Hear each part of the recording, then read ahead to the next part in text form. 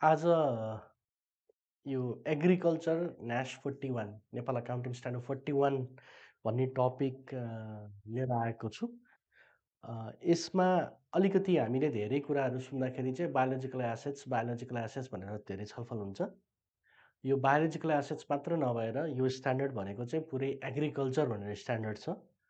र यो आज हामीले ल्याउनुको मेन उद्देश्य भनेको चाहिँ धेरैजसो मेरो एक्सपिरियन्समा यो कृषिसँग सम्बन्धित काम गरिरहनु भएको जसले छ उहाँहरूको चाहिँ वित्तीय विवरण बनाइरहँदाखेरि वित्तीय विवरणमा बायोलोजिकल एसेट्स नदेखिएको अथवा राम्रोसँग अकाउन्टिङ नभएको कारणले गर्दाखेरि पनि विभिन्न प्रकारका ब्याङ्क लोनदेखि लिएर अरू कुराहरूमा समस्या परेको, इभन बिजनेस भ्यालुएसन्स गर्दाखेरि पनि त्यो एसेट्सहरू नदेखिँदाखेरि कन्सर्न आएको देखेको कारणले गर्दाखेरि पनि आज यो एग्रिकल्चर भन्ने स्ट्यान्डर्ड न्यास 41 लाई ल्याएको छौँ। यो स्ट्यान्डर्ड विशेष गरी मलेसियाको रिक्वेस्टमा बनाएको भनिन्छ। जसमा चाहिँ उनीहरूको धेरैजसो पाम ओइलदेखि लिएर रबर प्लान्टदेखि लिएर धेरै ठुलो कृषिमा लगानी भएको कारणले गर्दाखेरि कर्पोरेट लगानी भएको कारणले गर्दाखेरि त्यहाँबाट यसको इनिसिएसन्स भएको हो यो स्ट्यान्डर्डको। यो नेपाल अकाउन्टिङ स्ट्यान्डर्ड एनएएस लेखिए तापनि यो एनएफआरएसकै पार्ट हो र नेपाल अकाउन्टिङ स्ट्यान्डर्डको अन्तिम स्ट्यान्डर्ड पनि हो यो 41 र इन्टरनेसनली भन्दाखेरि आइएएसको अन्तिम स्ट्यान्डर्ड भनौँ। त्यसपछि कुनै पनि नयाँ स्ट्यान्डर्ड आउँदाखेरि चाहिँ एनएफआरएस अथवा इन्टरनेसनली भन्दाखेरि आइएफआरएस भनेर आएको छ। त्यसै कारणले गर्दाखेरि यसलाई पुरानो अकाउन्टिङ स्ट्यान्डर्डको चाहिँ अन्तिम अकाउन्टिङ स्ट्यान्डर्डको रूपमा पनि लिनुपर्छ।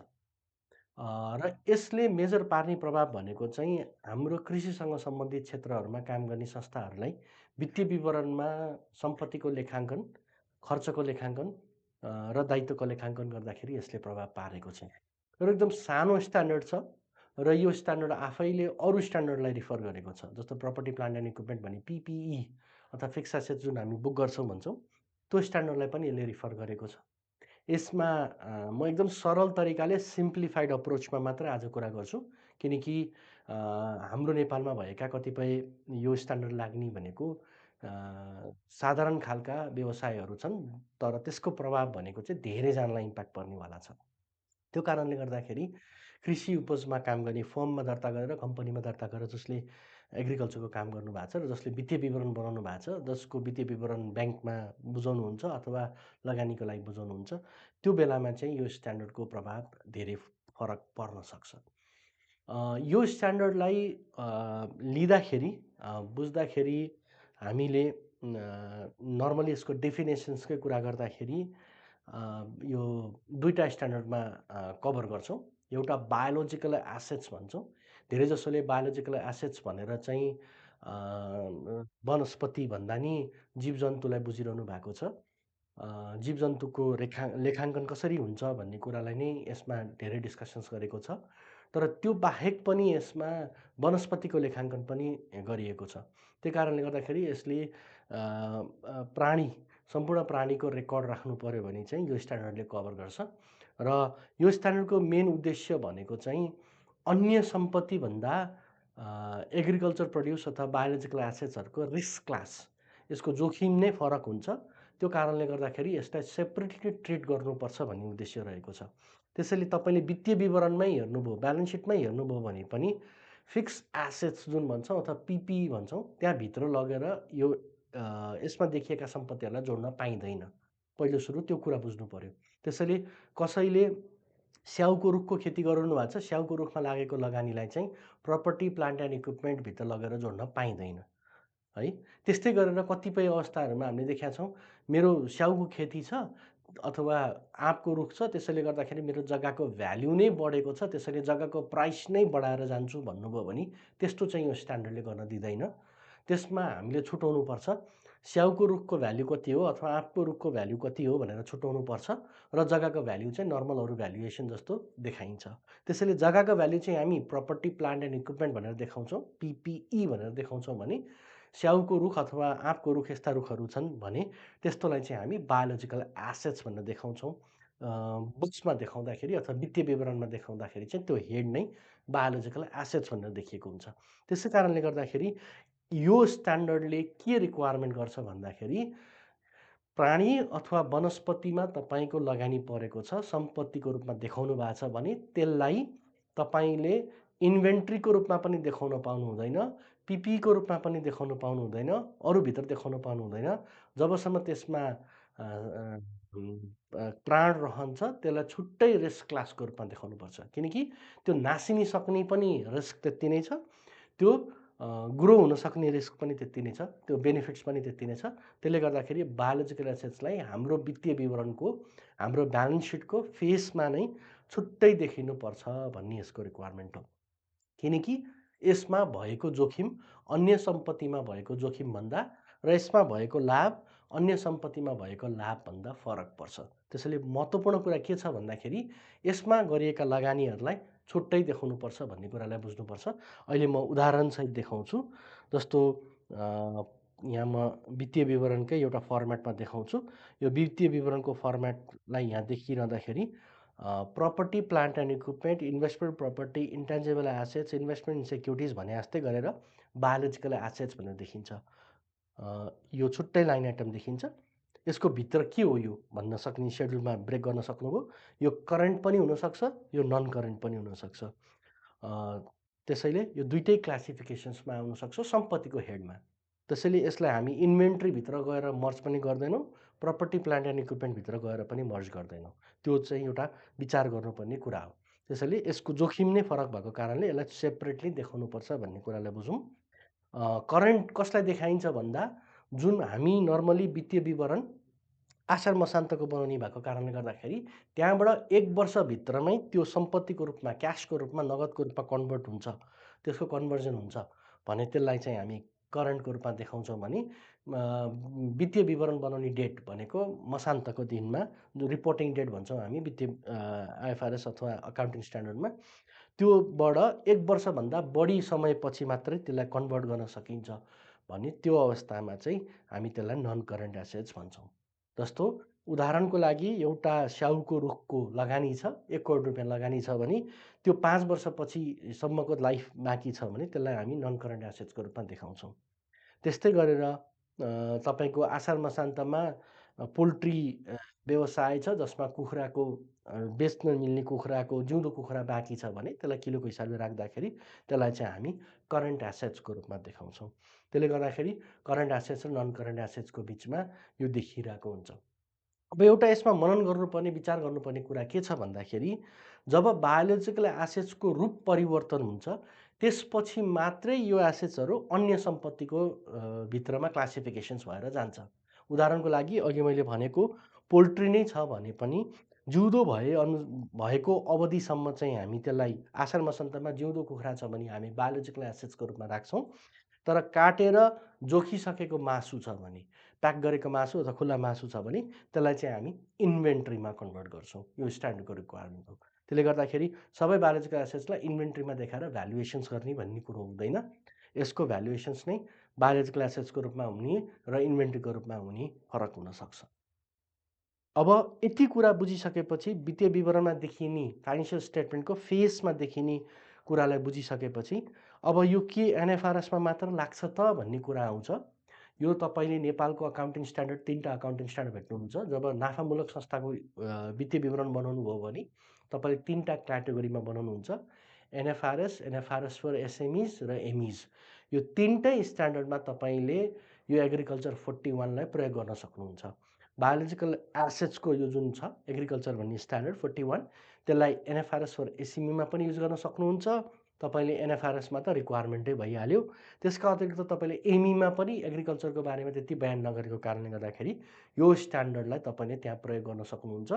आइक्यानले दिएको अकाउन्टिङ स्ट्यान्डर्डले दिएको र अकाउन्टिङ स्ट्यान्डर्ड बोर्ड र आइक्यानले दिएको गाइडलाइनमा पनि त्यसलाई हामी हायर स्ट्यान्डर्डलाई प्रयोग गर्न सक्छौँ भन्ने कुराहरू दिएको छ।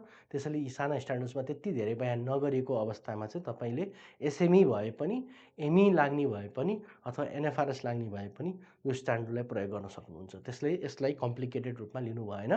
केवल तपाईँले एसएमई र एमईमा लेख्दाखेरि चाहिँ मैले हायर स्ट्यान्डर्ड प्रयोग गरेको छु भनेर एउटा लेखा सम्बन्धी टिप्पणी अथवा नोट्स टु अकाउन्टमा लेखिदिनु भए काफी हुन्छ। अब फेरि पनि कुरा गरौँ यो स्ट्यान्डर्डले के बताउँछ भनेर। नर्मली यो स्ट्यान्डर्डलाई हामीले नर्मली कुरा गर्दाखेरि 3टा प्रकृतिमा बाँड्छौँ। है। यो मैले धेरै डेफिनेसनभित्र अथवा धेरै जटिलताभित्र पसिनँ। यो स्ट्यान्डर्डले हामीलाई कुनै पनि एग्रिकल्चर प्रड्युस अथवा एग्रिकल्चर हार्भेस्ट अथवा जेसुकै भनौँ त्यो प्राण भएको त्यसले हामीलाई भविष्यमा रिटर्न दिन्छ भने, त्यसले भविष्यमा हामीलाई नगद प्रवाह गर्छ भने, इकोनोमिक आर्थिक लाभ दिन्छ भने, त्यो आर्थिक लाभ दिने खालको सम्पत्तिहरूलाई अथवा कुनै खालको पनि यो एग्रिकल्चरको आइटम्सहरू छ, बायोलोजिकल एसेट छ भने 3टा क्याटेगोरीमा बाँड्नुहोस् भन्छ। एउटा बियरर प्लान्ट भन्छ। बियरर प्लान्ट भनेपछि दोस्रो भनेको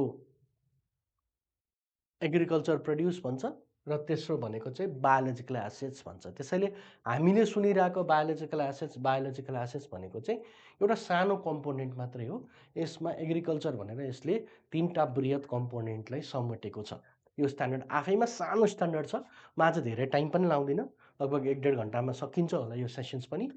तर पनि यसको मर्म चाहिँ बुझ्नु होला। सिम्पल तरिकाले बुझ्नुभयो भने चाहिँ यो स्ट्यान्डर्ड्स बुझ्न सजिलो हुन्छ भन्ने आजको अभिप्राय छ। त्यसैले यो बायोलोजिकल एसेट्समा हामी फाल्नुभन्दा अगाडि पहिला सुरु हामीले बुझ्नुपर्ने चाहिँ यो बियरर प्लान्ट भन्ने स्ट्यान्डर्ड छ। यो बियरर प्लान्टको कम्पोनेन्ट छ।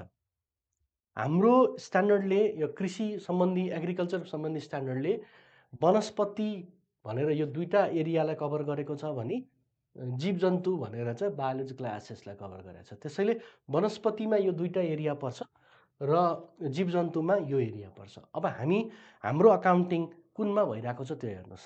वनस्पति हो भने यो 2टा मध्ये एउटामा पर्छ भनेर बुझ्नु पर्यो। होइन जीवजन्तु हो भने चाहिँ बायोलोजिकल एसेट्सभित्र पस्छ भनेर यो बुझ्नु पर्यो। यदि वनस्पति हो भने कसरी अकाउन्टिङ गर्छौँ भन्ने कुरालाई हेर्नु पर्यो। यदि तपाईँको यो वनस्पति हो भने वनस्पति 2 प्रकृतिका हुन सक्छन्। अहिले स्ट्यान्डर्डले भनेको अनुसार नर्मली वनस्पतिलाई 2टा क्लासिफिकेसन गरेको छ। एउटा भनेको त्यसले 1 वर्षभन्दा बढी अवधिसम्म उपज दिने कृषि उपज 1 वर्षभन्दा बढीसम्म उत्पादन दिन्छ भने त्यसलाई हामी बियरर प्लान्ट भनेर राखेका छौँ। 1 वर्षभन्दा कम अवधिमै उत्पादन दिन्छ भने त्यसलाई हामी एग्रिकल्चर प्रड्युस भन्छौँ। त्यसले गर्दाखेरि यो 2टै तरिकाले हेर्नुभयो भने सजिलो हुन्छ।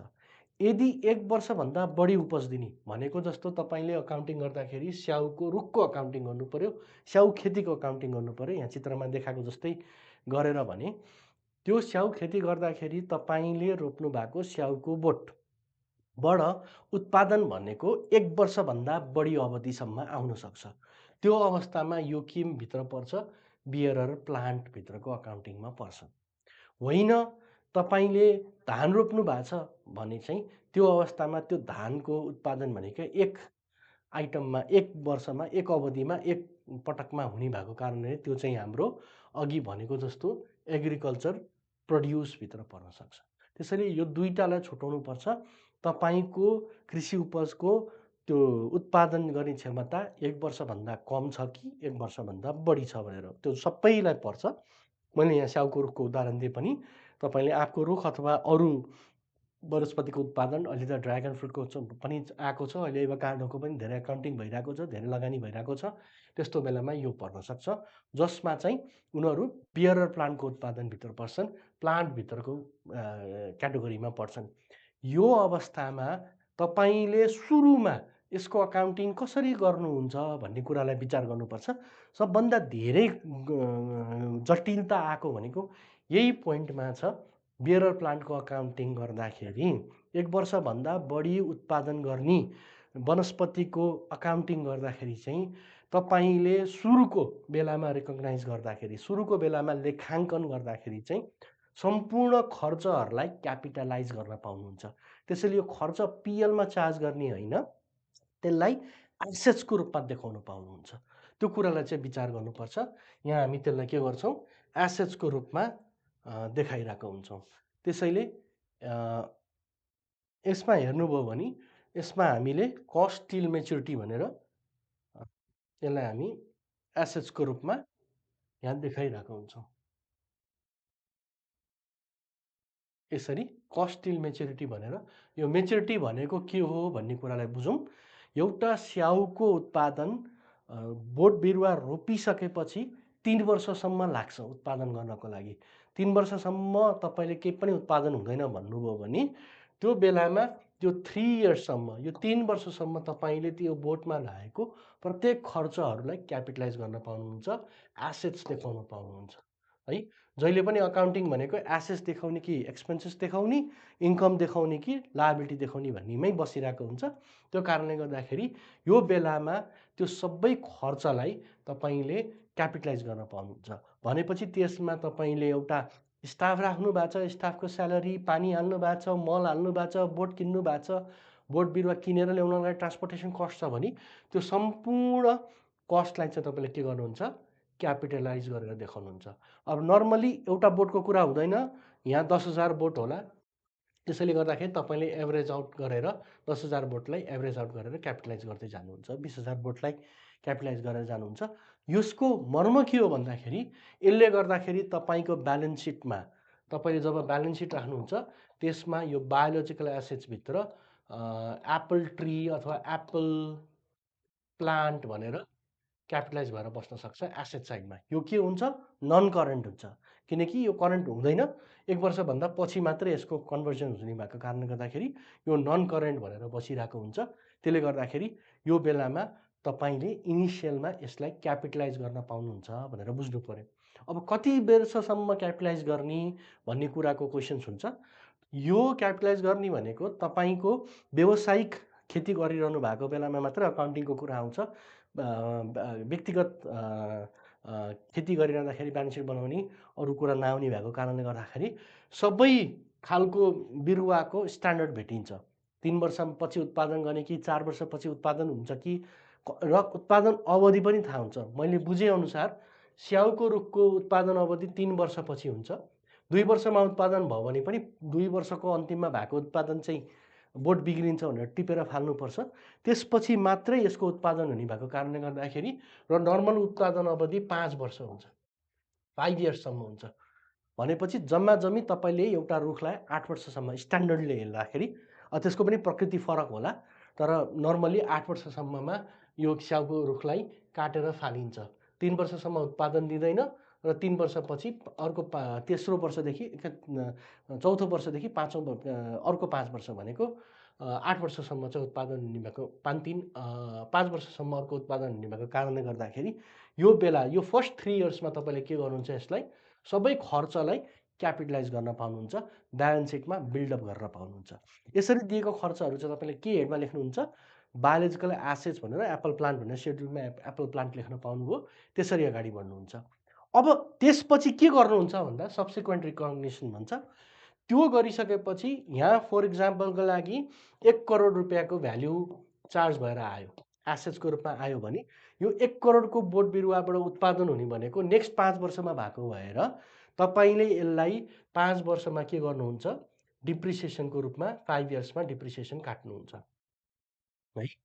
त्यसैले यहाँ के भनेको छ, जति खर्च लाग्यो खर्च र अकुमुलेटेड डिप्रिसिएसन काट्ने र त्योबाट आएको भ्याल्यु चाहिँ घटाउँदै जाने भनेको छ। त्यसैले 1 करोड भयो भने 1 करोडलाई 5 वर्षमा गर्दा प्रत्येक वर्ष 20-20 लाख चाहिँ डिप्रिसिएसनको रूपमा अकाउन्टिङमा खर्च चार्ज गर्दै गएर भ्याल्यु घट्दै गयो र 5 वर्षको अन्तिममा यसको बायोलोजिकल एसेट्सको भ्याल्यु 0 हुन्छ र फेरि त्यो रुख काटेर तपाईँले अर्को रुख बोट बिरुवा रोप्न पाउनुहुन्छ र त्यो फेरि यस्तै गरेर अकाउन्टिङ साइकलमा घुम्दै जान्छ।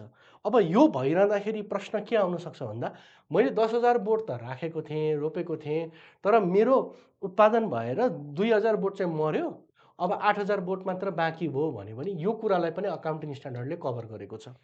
तपाईँले 10,000 बोटमा खर्च गरेको पनि तपाईँको 2,000 बोट नासियो र उत्पादन भएन भने त्यो 2,000 बोटको खर्चलाई चाहिँ तपाईँले इम्पेयरमेन्ट भनेर खर्च लेख्न पाउनुहुन्छ र इम्पेयरमेन्ट भनेर खर्च चार्ज गर्नुपर्छ। त्यसैले टोटल पछि अकाउन्टिङ गर्ने भनेको तपाईँको 1 करोडको खर्चमा डिप्रिसिएसन कटाएर 20 लाख रुपियाँ वर्षको कटाएर कति इम्पेयरमेन्ट भयो, 2,000 बोटको इम्पेयरमेन्ट भयो भनेपछि लगभग 20% इम्पेयरमेन्ट भएको छ, त्यसलाई घटाउन पाउनुहुन्छ। त्यो भनेको अर्को 20 लाख रुपियाँ घटाउन पाउनुहुन्छ र यसरी अकाउन्टिङ गर्दै गर्दै गर्दै जानुहुन्छ र अन्तिममा 0 हुन्छ। त्यसैले यो pretty simple straight forward accounting छ। तर यसको प्रभाव कहाँ पर्छ भन्दाखेरि धेरै जसोले हैन ट्याक्स आउँछ त्यसैले खर्च लेख्दिउँ, यो त सम्पत्ति होइन खर्च लेख्दिउँ भनेर पिएलमा खर्च लेख्दै जाँदाखेरि चाहिँ एसेट्स ब्यालेन्स सिटमा नदेखिँदाखेरि ब्यालेन्स सिटको फाइनेन्सिङ हुन सकेको छैन। एसेट्स देखिन सकेको छैन, भ्याल्यु क्रिएट गर्न सकेको छैन। त्यसैले गर्दाखेरि सबभन्दा महत्त्वपूर्ण स्ट्यान्डर्ड भनेको यो अकाउन्टिङमा हुनसक्छ, जसले चाहिँ यस्तो प्रकारको लङ टर्म नेचरको उत्पादन गर्ने खालको, आर्थिक लाभ दिने खालको बोट बिरुवा वनस्पति रोप्नु भएको छ, उत्पादन गर्नुभएको छ, व्यावसायिक रूपमा खेती गर्नुभएको छ भने त्यो अवस्थामा यो अकाउन्टलाई युज गर्नु, यो क्यापिटलाइज गर्न पाउनुहुन्छ, यो बुझ्नु पर्यो। र यसलाई चाहिँ छुट्टै क्लासमा छुट्टै एसेसमा गर्नु पर्यो र त्यसपछि नर्मल डिप्रिसिएसन काट्न पाउनुभयो। तर मैले यो डिप्रिसिएसन भनेको चाहिँ यो अकाउन्टिङ डिप्रिसिएसन हो है। वित्तीय विवरण लेख्दाखेरि दुई प्रकारको डिप्रिसिएसन हुन्छ। ट्याक्सको हिसाब गर्नको लागि ट्याक्स अनुसारको डिप्रिसिएसन काटिन्छ भने लेखा राख्नको लागि लेखा मानले भनेको व्यवस्था अनुसारको डिप्रिसिएसन काटिन्छ। लेखामानले के भन्छ भन्दा सम्पत्ति जति वर्ष उत्पादन हुन्छ, जति वर्ष प्रयोग हुन्छ, त्यसमा डिप्रिसिएसन काट्नुहोस् भनेको कारणले गर्दाखेरि मैले यो स्याउको रुख अब नेक्स्ट 5 इयर्समा उत्पादन हुने भएको कारणले गर्दाखेरि 5 वर्षमा डिप्रिसिएसन काटेर सकाएको छु। तर ट्याक्समा चाहिँ कृषि उपजको डिप्रिसिएसनको कुरा कहीँ पनि गरेको छैन। त्यहाँ हामी पुल वाइज डिप्रिसिएसन गर्छौँ। पुल ए, बी, सी, डी र ई भनेर पुल वाइज डिप्रिसिएसन क्यालकुलेसन गर्छौँ। अब त्यहाँनिर यस्तो खालको बोटलाई ठ्याक्कै पुल ईमा राखेर डिप्रिसिएसन काट्नुहोस् भनेर लेखिएको छैन। पुल ईमा राख्न पाउने व्यवस्था गरेको छैन। त्यहाँ खालि के भनेको छ भन्दा आइडेन्टिफाई नभएको कुनै पनि प्रकारको सम्पत्ति हो भने त्यसलाई पुल डीमा राख्नुहोस् भनेको छ। पुल डीमा राख्नुहोस् भनेर गरेको छ। त्यो कारणले गर्दाखेरि पुल डीमा तपाईँले 15% डब्लुडिबीमा डिप्रिसिएसन पाउनुहुन्छ। ट्याक्स प्रोभिजनको लागि 15% पाउनुहुन्छ, तर पहिलो 3 वर्ष पाउनु हुँदैन, चौथो वर्षदेखि सुरु गर्नुहुन्छ भनौँ न। चौथो वर्षदेखि पछिल्लो 5 वर्ष भनेको 5-9 वर्षसम्मको लागि तपाईँले 15% डिप्रिसिएसन काट्न पाउनुहुन्छ र अन्तिममा चाहिँ टर्मिनल डिप्रिसिएसन पाउनुहुन्छ यदि पुललाई डिजल्भ भयो भने। त्यो एउटा कुरालाई विचार गर्नुपर्छ। यदि तपाईँले कर कार्यालयलाई लेखेर पठाउनु भयो भने चाहिँ उसले जवाफ दिने भन्ने चाहिँ व्यवस्था छ। कुन डिप्रिसिएसन, अर्को डिप्रिसिएसन रेट चाहिन्छ भने चाहिँ त्यो चाहिँ तपाईँले परिपत्र के पूर्वादेश मागेर पनि लिन पाउनुहुन्छ। यदि विशेष प्रकारको सम्पत्ति हो भने भन्ने पनि व्यवस्था छ, त्यो पनि प्रयोग गर्न सक्नुहुन्छ। तर त्यो होइन, जटिल बाटो जान्न भन्नुभयो भने चाहिँ त्यहाँ पाउने भनेको 15% डिप्रिसिएसनको रूपमा जान पाउनुहुन्छ। त्यसैले यो स्ट्रेट फरवर्ड क्यालकुलेसन छ, यसमा कम्प्लिकेटेड केही पनि क्यालकुलेसन्स छैन। खालि विचार के गर्नु पर्यो भन्दा सुरुको 3 वर्ष अथवा के अरे उत्पादनको प्रकृति अनुसार, वनस्पतिको प्रकृति अनुसार तपाईँले 1 वर्षभन्दा बढी आयु भएको वनस्पतिकै मात्र यसमा हिसाब हुने भएको कारणले, बियरर प्लान्टको रूपमा हिसाब हुने भएको कारणले गर्दाखेरि त्यसमा लागेको खर्चलाई क्यापिटलाइज गर्न पाउनुभयो र त्यसपछि सब्सिक्वेन्टली चाहिँ त्यसपछि के गर्न पाउनुभयो, डिप्रिसिएसन चार्ज गरेर जान पाउनुभयो। यो भनेको हाम्रो पुरानो पिपिई को स्ट्यान्डर्ड हो, एनएएस 16 को स्ट्यान्डर्ड हो। त्यसलाई नै यसले बरो गरेको छ। त्यसैले यसलाई धेरै एक्सप्लेन नगरेर एनएएस 16 मा गएको छ। मैले सरल तरिकाले मात्रै यहाँ बताउने प्रयास गरेँ है। यसलाई मैले उदाहरणबाट पनि दिउँला, एक्सेलमा क्यालकुलेट पनि गरौँला। त्यसैले यहाँ सम्झिनुपर्ने पहिलो कन्डिसन्स के छ भन्दाखेरि तपाईँको वनस्पति बियरर प्लान्ट हो भने जुनसुकै प्रकारको वनस्पतिमा इनिसियल स्टेजमा क्यापिटलाइज गर्नुहोस्, त्यसपछि उत्पादन हुने अवधि आएपछि त्यसलाई त्यति वर्षसम्म डिप्रिसिएसन चार्ज गर्दै जानुहोस् भन्ने चाहिँ यहाँ मैले अनुरोध गर्न चाहेँ। अब दोस्रो प्रकार भनेको चाहिँ यो उत्पादनै भयो भने के गर्नु है। अघिको त हाम्रो 1 वर्षभन्दा बढीको उत्पादन लाग्ने खालको बियरर प्लान्टको कुरा गरेका थियौँ। स्याउको रुख कसरी अकाउन्टिङ गर्ने, त्यसमा गरेको लगानीलाई कसरी रेकर्ड गर्ने भन्ने कुरा गरेका थियौँ। तर त्यो रुखमा स्याउ नै फल्यो भने के गर्ने भन्ने। धेरैले चाहिँ होइन स्याउ फलेपछि त इन्भेन्ट्री हो भन्नुहुन्छ। अघि नै मैले सुरुमै पनि भनेको थिएँ, जीव जन्तु अथवा वनस्पतिको प्राण हुन्जेलसम्म तपाईँले त्यसलाई बायोलोजिकल एसेट्स नै भन्नुपर्छ भन्ने भयो। त्यसैले त्यो अवस्थामा स्याउको रुख हुन्जेलसम्म, बोटमा हुन्जेलसम्म त्यसलाई तपाईँले बियरर प्लान्ट भन्न पाउनु हुँदैन अथवा इन्भेन्ट्री भन्न पाउनु हुँदैन। त्यसलाई त्यतिखेर एग्रिकल्चर प्रड्युसको क्याटेगोरीमा पर्छ यो है।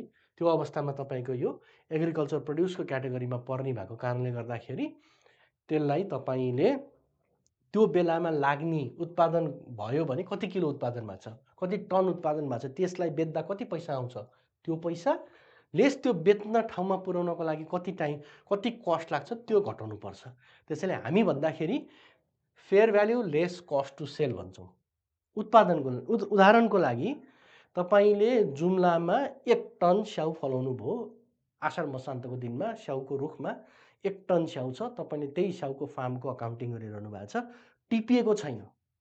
आषाढ मसान्तमा बुकिङ गर्नु पर्यो भने त्यो अवस्थामा तपाईँले कसरी अकाउन्टिङ गर्नुहुन्छ भन्दा त्यो दिनमा पाएको प्राइस जोमसममा कति थियो अथवा जुम्लामा कति थियो त्यो 1 टनको प्राइस। 1 टनको प्राइस फर इक्जाम्पलको लागि 1 करोड थियो अरे भने त्यसलाई कहाँ बेच्न ल्याउनुहुन्छ तपाईँले? त्यो बेच्न ल्याउने ठाउँ हेर्नु पर्यो। त्यो बेच्न लग्ने ठाउँमा नर्मली बेच्ने ठाउँमा तपाईँले जहाँ पुर्याउनुहुन्छ त्यहाँ पुर्याउन लाग्ने खर्चलाई घटाएर त्यसलाई बुक गर्नुहुन्छ। उदाहरणको लागि जोमसमको स्याउ तपाईँले काठमाडौँ ल्याएर बेच्नुहुन्छ भने त्यो 1 करोडको स्याउ बेच्नको लागि तपाईँको 5 लाख रुपियाँ भाडा लाग्छ, इन्सुरेन्स लाग्छ अथवा ज्याला लाग्छ, जे लाग्छ भने काठमाडौँसम्म ल्याउँदा 5 लाख खर्च हुन्छ भने 1 करोड माइनस 5 लाख भनेको जम्माजम्मी 95 लाख रुपियाँ चाहिँ तपाईँले के गर्नुहुन्छ? एग्रिकल्चर प्रड्युसको रूपमा भ्यालुएसन्स गर्नुहुन्छ स्याउको बोटको रूपमा। टिप्नुभयो भने त्यही नै के हुन्छ? कन्भर्ट भएर टिपिसकेपछि अटोमेटिकली त्यो कन्भर्ट भएर के हुन्छ? इन्भेन्ट्री भनेर देखिन्छ। टिपिसकेपछि चाहिँ त्यो इन्भेन्ट्रीमा ट्रान्सफर हुन्छ।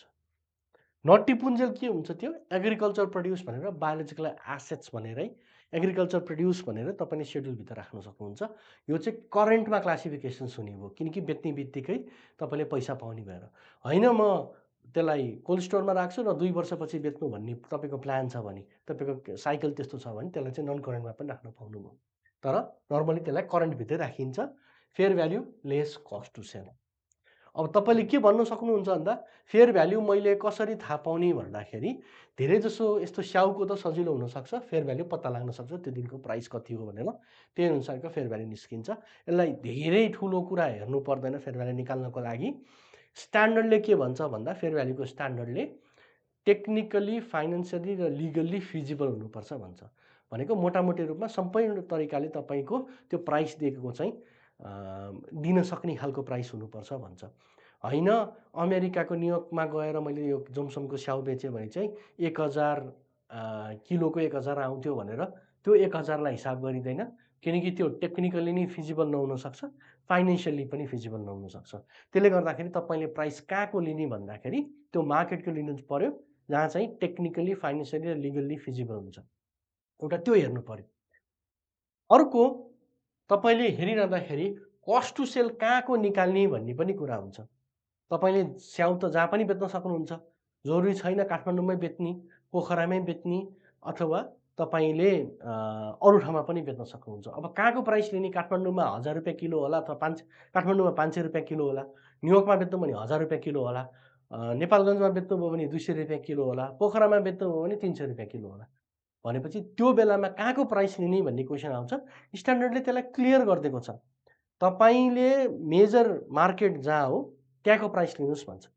तपाईँको मेजर मार्केट सबै यस अगाडिको सबै स्याउहरू काठमाडौँमा बेचिरहनु भएको छ भने काठमाडौँको मार्केटको प्राइस लिने हो। होइन सबै स्याउहरू पोखरामा बेचिरहनु भएको छ भने पोखराको मार्केट लिने हो। होइन सबै स्याउहरू तपाईँले नेपालगञ्जको बेचिरहनु भएको छ भने नेपालगञ्जको लिने हो। जहाँ टेक्निकली, फाइनेन्सियली, लिगली तिनटै मार्केट भाएबल छ भने पनि त्यो मेजर मार्केटलाई भनेको त्यो लिनुहोस् भन्छ। होइन म त 33% नेपालगञ्ज बेच्छु, 33% काठमाडौँमा बेच्छु, 33% पोखरामा बेच्छु भन्नुभयो भने चाहिँ त्यो अवस्थामा नर्मली तपाईँले जहाँ धेरै पैसा आउँछ त्यहाँ बेच्ने हुनुभएको कारणले गर्दाखेरि काठमाडौँमा धेरै पैसा आएको भएर काठमाडौँको मार्केटको पैसा लिनुहोस् भन्नुहुन्छ। फेयर भ्याल्यु निकाल्नको लागि पनि त्यो नियम चाहिँ बुझ्नु पर्यो है। त्यसैले कहाँ बेच्नुहुन्छ फेयर भ्याल्यु निकाल्नको लागि भने यति सिम्पल तरिका छ, त्यो बुझ्नु भएपछि हुन्छ। तपाईँले प्राइस नर्मली कहाँको पाउनुहुन्छ त्यो लिने हो। त्यो भनेको फाइनेन्सियली, टेक्निकली, लिगल्ली भाएबल हुनु पर्यो र तपाईँको त्यो मेजर मार्केट हुनु पर्यो। मोस्ट एडभान्टेजियस मार्केट भन्छ। अघिको केसमा इक्वल बेच्नुभयो भने मोस्ट एडभान्टेजियस मार्केट भनेको काठमाडौँ भएको कारणले गर्दाखेरि त्यहाँको प्राइसलाई चाहिँ फेयर भ्याल्युको रूपमा लिनुहुन्छ र क्यालकुलेसन्स गर्नुहुन्छ।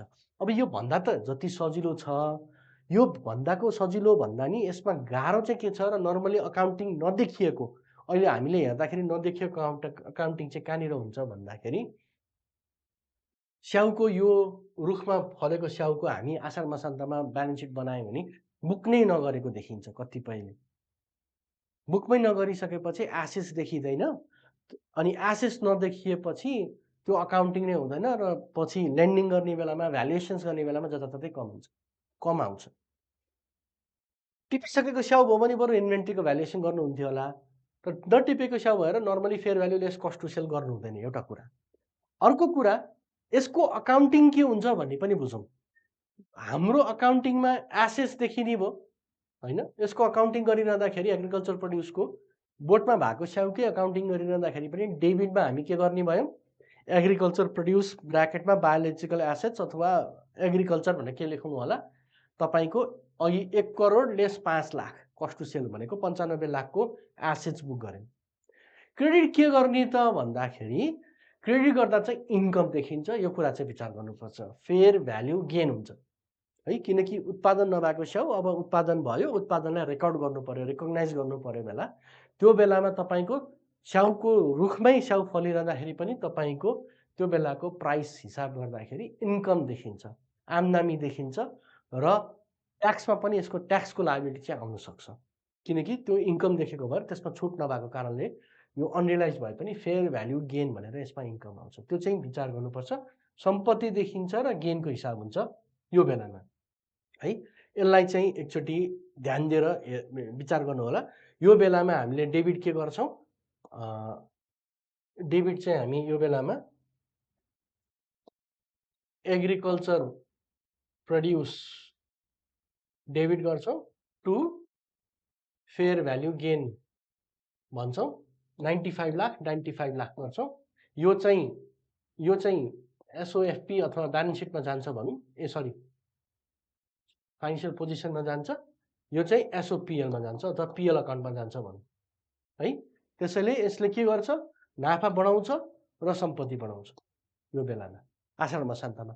र किन यो महत्त्वपूर्ण छ भन्दाखेरि तपाईँले लेन्डिङ गर्नु पर्यो, भ्यालुएसन्स गर्नु पर्यो, लोन लिनु पर्यो भने यो सम्पत्ति नदेखिँदाखेरि चाहिँ धेरैको ब्यालेन्स सिट सानो हुने, श्रिङ्केज हुनसक्छ। ट्याक्सको कुरो छैन, ट्याक्स तिर्नु पर्ला, तर मेजर कुरो भनेको चाहिँ लेन्डीको कुरा, किनकि सब्सिक्वेन्टली त्यसको अर्को महिनामा गएर फेरि प्रड्युस भइहाल्छ, इन्भेन्ट्रीमा देखिहाल्छ र ट्याक्स त त्यतिखेर आइहाल्छ। त्यो कारणले त्यो टाइमिङलाई कन्सर्न गर्नु होला। त्यो बेलामा यस्तो बेलामा एग्रिकल्चर प्रोड्युसको रूपमा उत्पादन हुन्छ, होइन स्याउ होइन धान हो अथवा नगदी बटाइको बाली हो जसको चाहिँ 1 वर्षभन्दा कमको अवधि छ भने त्यो बेलामा पनि त्यसको अकाउन्टिङ यही हुन्छ, fair value less cost to sell. त्यो आषाढ मसान्तको मितिमा अथवा रिपोर्टिङ डेटमा जुन बेलामा वित्तीय विवरण बनाउनु भएको छ, नर्मली आषाढ मसान्तै हुन्छ, त्यो बेलामा तपाईँले fair value less cost to सेलको हिसाब गरेर अकाउन्टिङ गर्नुपर्छ। र फेयर भ्याल्यु भनेको अघि नै मैले भनिसकेँ, फेयर भ्याल्यु भनेको चाहिँ नर्मल्ली तपाईँको फाइनेन्सियली, टेक्निकल र लिगल्ली बेच्न सकिने ठाउँको प्राइस दिएको, जसमा चाहिँ तपाईँले बेच्ने मार्केटसम्मको कस्टलाई घटाउनुपर्छ, बेच्न सक्ने ठाउँसम्मको कस्टलाई बेच्नुपर्छ। कहाँको कस्ट घटाउने, कुन मार्केट जोग्राफीलाई हेर्ने भन्दाखेरि चाहिँ त्यो बेलामा तपाईँको मेजर मार्केट हुनु पर्यो बेच्ने, त्यही प्राइस लिनु पर्यो। होइन सबैमा तपाईँ जान सक्नुहुन्छ, एभरेज मार्केट हो भने चाहिँ त्यसमा जसमा सबभन्दा धेरै ठुलो प्राइस आउँछ, हायर प्राइस आउँछ, त्यो प्राइसलाई चाहिँ कस्ट टु सेलमा ट्रान्सपोर्टेसन कस्ट घटाउनुपर्छ, त्यहाँ बेच्न लागेको कस्टलाई चाहिँ घटाउनुपर्छ भन्ने उदाहरण हो। त्यसपछि यो सिधै के हुन्छ, उत्पादन टिप्ने बित्तिकै त्यो बायोलोजिकल एसेट चाहिँ इन्भेन्ट्रीमा कन्भर्ट हुनसक्छ। उत्पादन हुन्जेलसम्म हामी बायोलोजिकल एसेट्स देखाउँछौँ, त्यसपछि त्यसलाई कन्भर्ट गरेर इन्भेन्ट्रीमा कन्भर्ट गर्छौँ। दोस्रो पोइन्ट भयो। त्यसैले हामीले अघि नै सुरुमा हेरेकोमा एकदम सिम्पल तरिकाले मैले बुझाउन खोजेँ। सुरुकोमा हाम्रो एग्रिकल्चर प्रोड्युस भनेर सुरुको केसमा हाम्रो बियरर प्लान्ट थियो। बियरर प्लान्टमा हामी सुरुको बेलामा क्यापिटलाइज गऱ्यौँ र त्यसपछि डिप्रिसिएसन काट्यौँ, इम्पेयरमेन्ट छ भने इम्पेयरमेन्ट गऱ्यौँ, एग्रिकल्चर प्रोड्युस हो भने चाहिँ fair value less cost to sell गऱ्यौँ। Fair value less cost to sell गरेपछि त्यो उत्पादनलाई टिप्ने बित्तिकै अथवा उत्पादन हुने बित्तिकै त्यसलाई हामी इन्भेन्ट्रीमा कन्भर्ट गर्छौँ। त्यसैले यो सिम्पल स्ट्रेट फरवर्ड क्यालकुलेसन छ, यसमा कम्प्लिकेटेड छैन है। त्यसैले कृषि उत्पादनको हिसाब गर्दाखेरि के गर्ने, कता गर्ने, कन्फ्युजन भयो भन्नुपर्ने अवस्थै छैन। स्ट्यान्डर्डली क्लियर गरेको छ। तपाईँले एमइज, एसएमइज अथवा एनएफआरएस जहाँ अकाउन्टिङ गरे पनि यो तरिकाले अकाउन्टिङ गर्न पाउनुहुन्छ। अब तेस्रो प्रकारको स्ट्यान्डर्ड भनेको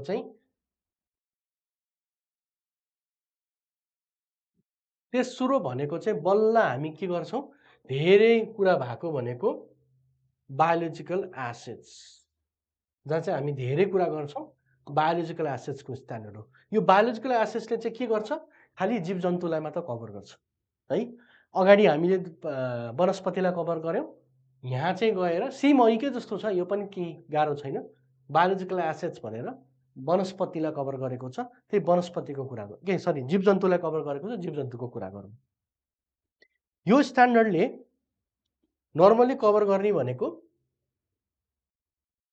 अब त्यसमा तपाईँको जीवजन्तु पाल्ने व्यवसायहरू सबै पर्छन्। यहाँ पनि सेम कुरा गरेको छ, fair value less cost to सेलकै कुरा गरेको छ। यसमा कहीँ पनि चल्दैन, यसमा सास हुन्जेलसम्म हामी बायोलोजिकल एसेट चाहिँ भनेर क्लासिफिकेसन्स राख्छौँ ब्यालेन्स सिटमा, र त्यसमा पनि fair value less cost to sell नै हो। भनेपछि कुखुराको तपाईँसँग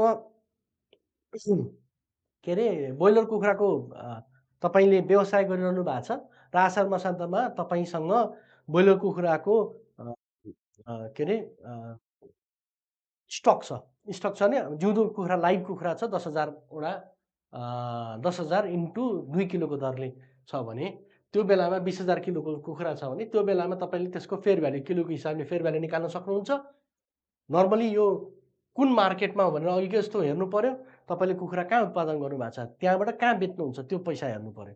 त्यो बेलामा त्यो दिनमा त्यसको प्राइस चितवनको हो कि काठमाडौँको हो कि नेपालगञ्जको हो कि पोखराको हो, त्यो प्राइस हेर्नु पर्यो, कहाँ बेच्नुहुन्छ त्यही हेर्नु पर्यो, बेच्ने ठाउँसम्मको लागेको कस्टलाई घटाउनु पर्यो, कस्ट टु सेल गरेर, र त्यहाँबाट तपाईँले बायोलोजिकल एसेट्सको अकाउन्टिङ गर्नुहुन्छ है। त्यो उत्पादन त्यसमा प्राण भएको भएर त्यसलाई हामी त्यतिखेरसम्म बायोलोजिकल एसेट्स नै भन्छौँ। यदि त्यो कुखुरालाई तपाईँले मासुमा कन्भर्ट गरिसक्नु भएको भए चाहिँ त्यो बेलामा चाहिँ त्यो बायोलोजिकल एसेट्स हुँदैन थियो, त्यो चाहिँ इन्भेन्ट्री हुन्थ्यो। त्यो बेलामा चाहिँ त्यो गएर इन्भेन्ट्री हुन्थ्यो। अब यसमा चाहिँ अलिकति फरक कहाँ छ भन्दा, इन्भेन्ट्री नहुन्जेलसम्म तपाईँले आषाढ मसान्तसम्ममा जुन कुखुरालाई बुक गर्नुभएको थियो,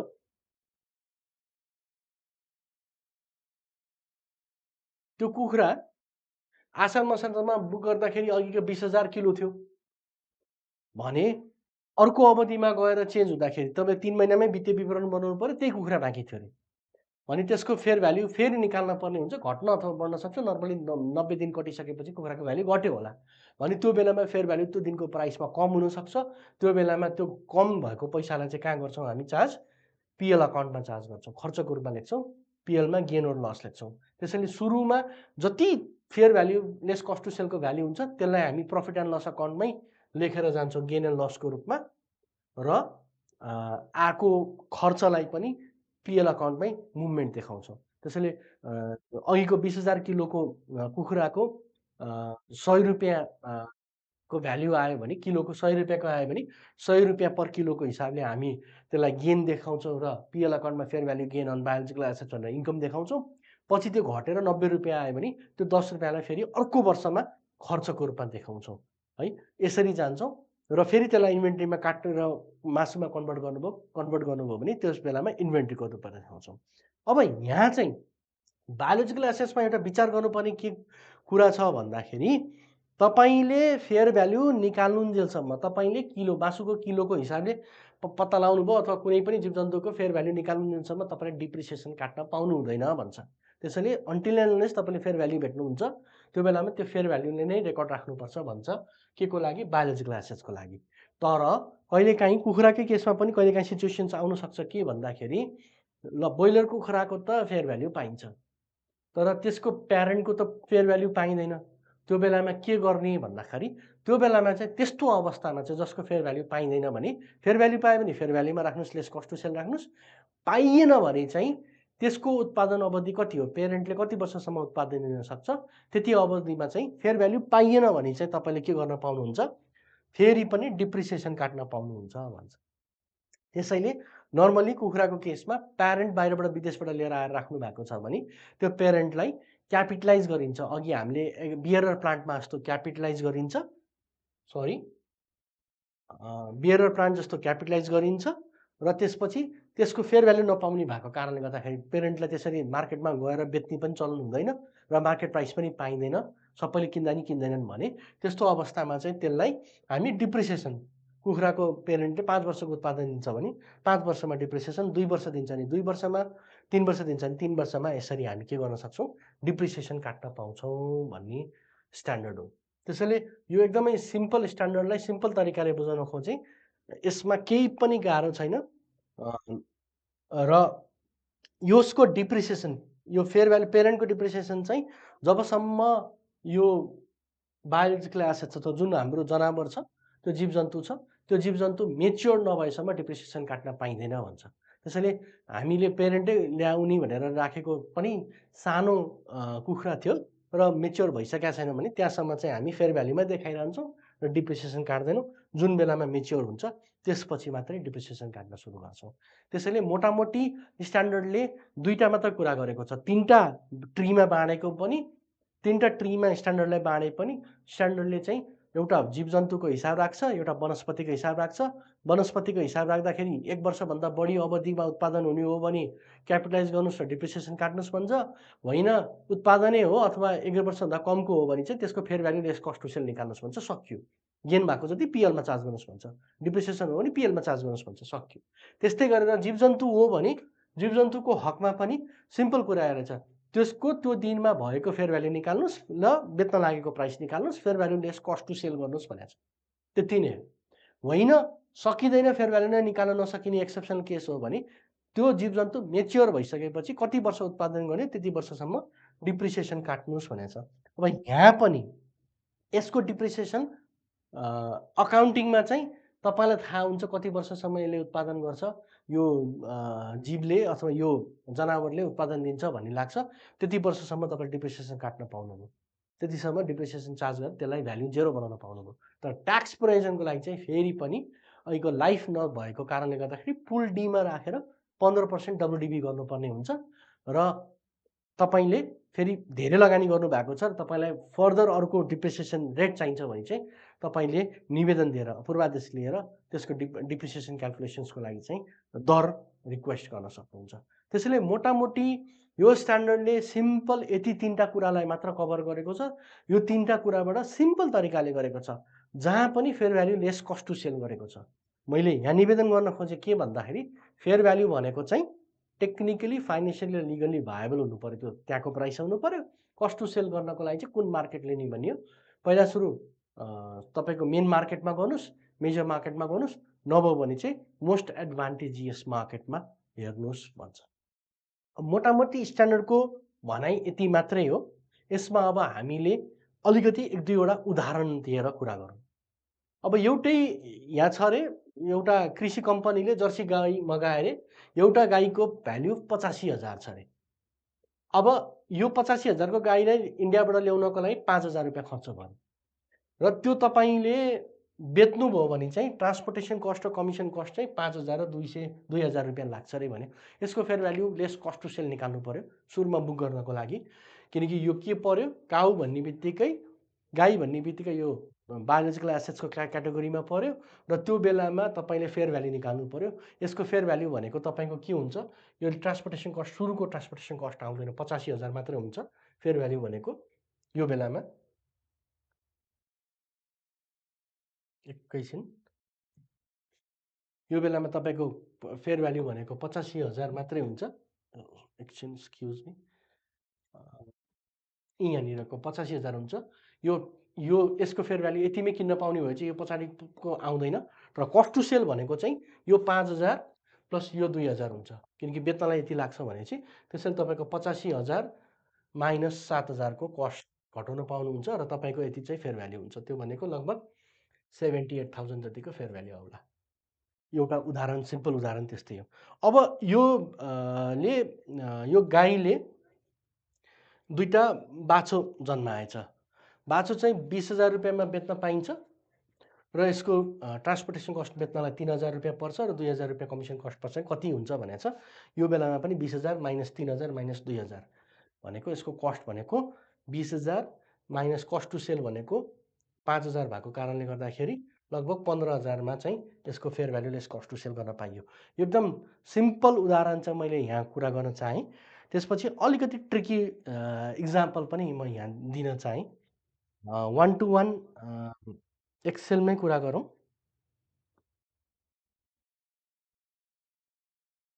अब अघिको हाम्रो बियरर प्लान्टको कुरा गरौँ है एकैछिन।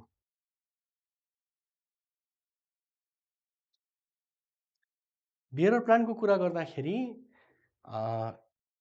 एउटा एबिसी भन्ने कम्पनीले ल्यान्ड किनेछ 10 मिलियनमा। 10 मिलियनमा ल्यान्ड किनेको रहेछ। त्यसमा उसले चाहिँ स्याउको रुख उत्पादन गर्दो रहेछ। स्याउको रुख उत्पादन गर्नलाई चाहिँ उसले 2 मिलियन चाहिँ खर्च गरेको रहेछ 2 वर्षको अवधिमा। 2 मिलियनलाई 2 वर्षको अवधिमा खर्च गरेको छ। अब यसको अकाउन्टिङ एसओएफपीमा के हुन्छ इयर 2 मा कसरी एकाउन्टिङ हुन्छ भन्ने कुरालाई हेरौँ। यो ल्यान्ड 10 मिलियन खर्च गरेको यसको अकाउन्टिङ हामी के गर्छौँ 10 मिलियनको ल्यान्ड भएको भएर यसको अकाउन्टिङ गर्दाखेरि हामीले बायोलोजिकल एसेट्सको स्ट्यान्डर्ड युज गर्न पाउँदैनौँ। यसको लागि हामीले सिम्पल गर्ने भनेको के हो यसको लागि पिपिईको स्ट्यान्डर्ड गर्छौँ। पिपिई भित्र गएर हामीले ल्यान्ड देखाउँछौँ कति 10 मिलियनको ल्यान्ड देखाउँछौँ है। यसलाई त्यतातिर नमिसाउनु होला। ल्यान्डलाई र रुखलाई चाहिँ एउटै भ्यालुएसन गरेर ल्यान्डकै भ्याल्यु बढाउँ भन्नुहुन्छ रिभ्यालुएसन गरौँ भन्नुहुन्छ यो गर्न पाइँदैन है। ल्यान्डलाई छुट्टै हिसाब गर्नु पर्यो। ल्यान्डको मात्रै रिभ्यालुएसन चाहिँ गर्न पाउनुभयो। तर त्यसलाई स्याउको रुख छ त्यसैले यसको ल्यान्डको भ्याल्यु बढी हुन्छ भनेर त्यो रुखकै भ्याल्यु पनि ल्यान्डमा लगेर जोड्न पाउनु भएन। रुखको भ्यालुलाई छुट्टै राख्नु पर्यो। अब के भयो भन्दाखेरि रुखको भ्यालुएसन्स त हामीले गर्न पाउँदैनौँ। रुखमा गर्न पाउने भनेको स्ट्यान्डर्डले के दिएको छ भन्दा त्यो रुखलाई 2 वर्षसम्म कति खर्च गर्नुभयो भनेको यहाँ 2 मिलियन खर्च गऱ्यो भनेको छ भनेको 20 लाख रुपियाँ खर्च गर्नुभयो भनेको छ। त्यो 20 लाख चाहिँ हामीले के गर्छौँ एग्रिकल्चरको रूपमा बुक गर्छौँ भने चाहिँ हाम्रो एसेट्स कति देखिन्छ यो 20 लाखको एसेट चाहिँ हाम्रो बायोलोजिकल एसेट्स एप्पल भनेर देखिन्छ। यो 20 लाखको अगेन्स्टमा तपाईँले अब कति डेप्ट इक्विटी रेसियोज मेन्टेन गरेर ब्याङ्कले लेन्डिङ पनि गर्न सक्छ। फर इक्जाम्पलको लागि यो 20 लाख क्यापिटलाइज भयो भने तपाईँले 70% लोन पाउनुभयो भने 14 लाखको फाइनेन्सिङ हुनसक्छ ब्याङ्कले प्रोभाइड गर्यो भने है। 14 लाखसम्मको लोन पाउनुभयो 20 लाखको लगानीमा।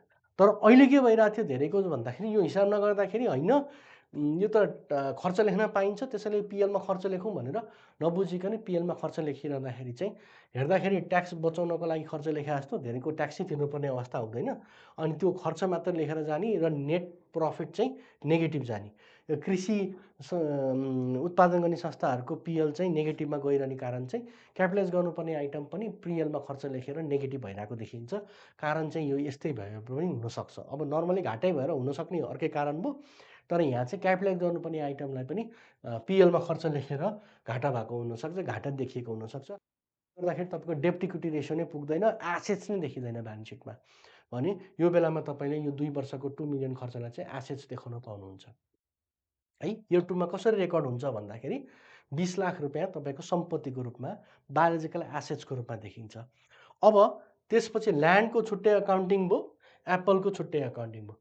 अब के भन्यो भन्दाखेरि यो एप्पलको लाइफ चाहिँ एप्पल प्लान्टको लाइफ चाहिँ 6 वर्ष हुन्छ अरे। Assume Apple plant has a life of 6 years भनेर 6 वर्षसम्म एप्पल प्लान्टको लाइफ हुन्छ भने त्यो 20 लाखलाई अब के गर्नुहुन्छ तपाईँले उत्पादन दिन थाल्ने अवधि भनेको तपाईँको 3 इयर्स पछि हो भने 3 इयर्सदेखि 6 इयर्ससम्म चाहिँ तपाईँले डिप्रिसिएसन काट्दै जानुहुन्छ र डिप्रिसिएसन काट्दै गएर त्यसलाई क्लियर गर्नुहुन्छ।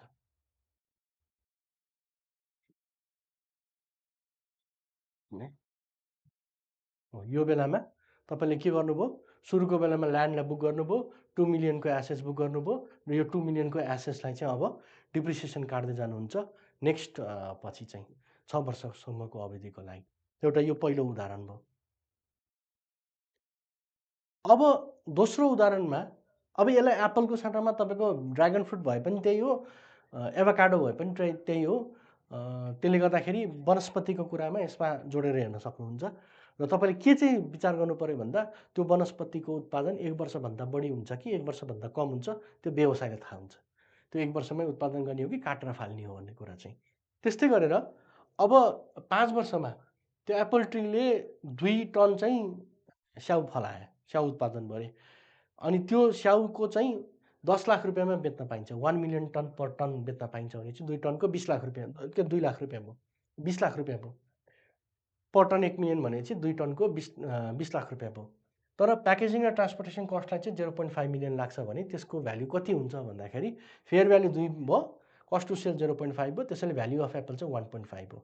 अब यहाँ विचार गर्नुपर्ने के छ भन्दाखेरि अकाउन्टिङ के हुन्छ सम्पत्तिको रूपमा तपाईँले स्याउलाई बुक गर्नुहुन्छ 1.5, तर आम्दानी देखाउनुहुन्छ पिएललाई यसो पिएलमा के हुन्छ फेयर भ्याल्यु गेन भनेर यसो पिएलमा यहाँ देखाउनुहुन्छ तपाईँले यहाँनिर यसो पिएलमा यो फेयर भ्याल्यु गेन हो, फेयर भ्याल्यु गेन भनेर देखाउनुहुन्छ अथवा आम्दानी देखाउनुहुन्छ। स्याउको फल्यो त्यसैले आम्दानी भनेर देखाउनुहुन्छ। यो अङ्ग्रेजी शब्दमा नअल्झिनु होला। यो भनेको नर्मली इन्कम देखाएको आम्दानी देखाउनु हो 1.5 लाख 1.5 भनेको 15 लाख रुपियाँ है, 15 लाख रुपियाँ 15 लाख रुपियाँको चाहिँ इन्कम देखिन्छ। यसरी यसको अकाउन्टिङ हुन्छ उत्पादनमा। अब यो टिपेर राख्नुभयो भने यो बायोलोजिकल एसेट्स केमा कन्भर्ट हुन्छ, इन्भेन्ट्रीमा कन्भर्ट हुन्छ। बायोलोजिकल एसेट्स क्रेडिट भएर डेबिट चाहिँ इन्भेन्ट्री हुन्छ, त्यति मात्रै। इन्भेन्ट्रीमा क्लोजिङ स्टकमा देखिन्छ। अब यो स्याउ चाहिँ तपाईँले स्टकमा राख्नु भएको थियो अरे होइन, स्टकमा राख्नु भएको थियो अरे। अब 5 वर्षमा फलेको 6 वर्षमा चाहिँ त्यो स्याउलाई कोल्ड स्टोरमा राख्नु भएको थियो अरे। In year 6 the apple can be sold at ₹3 million. अघि 1.5 मिलियनमा भनेको 15 लाखमा भएको स्याउ चाहिँ अब काटेर टिपेर कोल्ड स्टोरमा राख्नु भयो भने चाहिँ इन्भेन्ट्रीमा कन्भर्ट भयो। इन्भेन्ट्रीमा कन्भर्ट भएको स्याउ चाहिँ 30 लाखमा बेच्न सक्नुहुन्छ, तर बेच्नु भएको छैन भने त्यो बेलामा के गर्नुहुन्छ भन्दाखेरि त्यो बेलामा अकाउन्टिङ हुँदैन। भाउ बढ्यो भन्दैमा टिपिसकेपछि चाहिँ त्यो इन्भेन्ट्रीमा कन्भर्ट भएपछि इन्भेन्ट्रीमा हामी अकाउन्टिङ के गर्छौँ, जहिले पनि कस्ट और market price whichever is lower or net realisable value भन्छौँ हामी, त्यसमा गर्ने भएको भएर तपाईँको अकाउन्टिङ नै 1.5 मिलियन पहिल्यै भइसकेको छ। अब भाउ बढ्यो त्यसैले इन्भेन्ट्री क्लोजिङ स्टकको भाउ बढाउँ भन्ने हुँदैन। त्यो बेलामा तपाईँको मार्केट प्राइस बढी भए पनि इन्भेन्ट्रीलाई चाहिँ नेट रियलाइजेबल भ्याल्युमा मात्र अथवा कस्ट प्राइसमा बुक गर्नुपर्ने भएको भएर त्यो बेलामा हाम्रो अकाउन्टिङ के पनि हुँदैन, नो अकाउन्टिङ है। त्यसैले इन्भेन्ट्रीमा आइसकेपछि चाहिँ भ्याल्यु बढेर जाँदैन। त्योभन्दा कम भयो भने चाहिँ चार्ज गरिन्छ, किनकि accounting conservative accounting principle follow गरिन्छ। घट्यो भने चाहिँ चार्ज गरिन्छ, बढ्यो भने चाहिँ सेम छोडिन्छ। त्यसैले 15 लाखको भ्याल्यु 30 लाख भयो भने हामी 15 लाखमै छोडिदिन्छौँ, 30 लाख पुर्याउँदैनौँ। तर 15 लाखको भ्याल्यु घटेर 10 लाख भएको भए 5 लाखलाई चाहिँ हामी खर्च लेख्थ्यौँ, चार्ज गर्थ्यौँ। अब यही कुरा छ, यदि त्यो 15 लाखको एप्पलको भ्याल्यु चाहिँ 13 लाख भयो भने के गर्छौँ भन्दाखेरि त्यो बेलामा 2 लाख रुपियाँ हाम्रो घाटा भएको छ, 2 लाख रुपियाँको भ्याल्यु घटेको छ। कन्जर्भेटिभ प्रिन्सिपलको अनुसार चाहिँ हामी त्यो 2 लाखलाई चाहिँ घटाएर राख्छौँ है। त्यसरी हामी एप्पलको भ्याल्युलाई घटाउँछौँ। त्यसले गर्दाखेरि यो अकाउन्टिङ चाहिँ अलिकति विचार गर्नुपर्छ। इम्पेयरमेन्ट अकाउन्टिङ भइरहेको हुन्छ, यो इम्पेयरमेन्ट अकाउन्टिङ नै भएको, तर त्यहाँ चाहिँ हामी नेट रियलाइजेबल भ्याल्यु भएको कारणले गर्दाखेरि अटोमेटिक अकाउन्टिङ गर्छौँ। अब त्यस्तै गरेर यो दुईटा त हामीले वनस्पतिको कुरा गऱ्यौँ। त्यस्तै गरेर यही अघिकै पोल्ट्रीकै कुरा गरौँ। एउटा कम्पनीको पोल्ट्री फार्म छ अरे। पोल्ट्री चाहिँ बेच्नको लागि नयाँ लटको पोल्ट्री चाहिँ ठिक्क भएको छ अरे। र त्यो बेलामा पोल्ट्रीको हिसाब गर्दा आषाढ मसान्तमा 25,000 केजीको पोल्ट्री छ अरे। भने चाहिँ लगभग 25,000 केजीको कुखुरा उत्पादन भएको छ अरे। र त्यो कुखुरालाई चाहिँ हामी 120 रुपियाँमा बेच्न सक्छौँ अरे पर किलोमा। भने चाहिँ हाम्रो फेयर भ्याल्यु कति हुने भयो, 25,000 × 120 गरेर 30 लाख रुपियाँ चाहिँ हाम्रो फेयर भ्याल्यु हुने। बायोलोजिकल एसेट्सको फेयर भ्याल्यु हाम्रो आषाढ मसान्तमा 30 लाख रुपियाँ हुने भयो। हाम्रो अकाउन्टिङ 30 लाखमा हुँदैन, त्यहाँ फेरि त्यो मार्केटमा पुर्याउनको लागि चाहिँ त्यसमा 5,000 रुपियाँको ढुवानी खर्च लाग्छ र 7,500 को कमिसन कस्ट लाग्छ भने त्यो दुईटालाई जोडेर 12,500 घटाएर हाम्रो 29,87,500 रुपियाँ चाहिँ हाम्रो के हुन्छ, फेयर भ्याल्यु यसको आउँछ। Fair value less cost to sell आउँछ। त्यसैले 29,87,500मा चाहिँ हामी पोल्ट्रीलाई बुक गर्छौँ एसेट्समा र 29,87,500 चाहिँ हाम्रो नाफा देखिन्छ, आम्दानी देखिन्छ। त्यसैले यो पिएल अकाउन्टमा तुरुन्तै भाउ बढेर जान्छ है। यो चाहिँ हाम्रो आषाढ मसान्तको बुकिङ हो। अब यहाँ जरुरी पिएलमा इन्कम देखिने एउटा जरुरी हुन्छ भने अर्को सबभन्दा जरुरी कुरो चाहिँ के हुन्छ भन्दाखेरि त्यहाँ तपाईँले सम्पत्ति देखाइरहनु भएको छ। यो सम्पत्ति देखाएको भनेको यसको अगेन्स्टमा फाइनेन्सिङ हुनसक्छ भन्ने कुरा नै हो है। अर्को चाहिँ त्यो आषाढ मसान्तमा त हामीले 29,87,000 को एसेट्स बुक गरेर बस्यौँ बायोलोजिकल एसेट्स भनेर, तर बेचेनौँ। अर्को महिनासम्म त्यसलाई राख्यौँ। अब अर्को महिना पनि हामीले वित्तीय विवरण बनाउनु पर्यो भने त्यो वित्तीय विवरण बनाइरहँदाखेरि चाहिँ त्यो पोल्ट्रीलाई चाहिँ 40 लाखमा बेच्न सकिन्छ अरे है। र त्यो 40 लाखमा बेच्ने भयो भने कति हुन्छ, 40 लाख भनेको fair value less cost to सेलले 40 लाख आयो अरे भने के हुन्छ भन्दाखेरि त्यसमा चाहिँ त्यो अघि 29,87,000 हामीले इन्कम बुक गरिसकेका छौँ, बेच्ने भ्याल्यु 40 लाख भएको भएर त्यो 40 लाख माइनस 29,87,000 भनेको 10,12,500 चाहिँ हाम्रो त्यो बेलाको इन्कम हुन्छ भन्ने छ।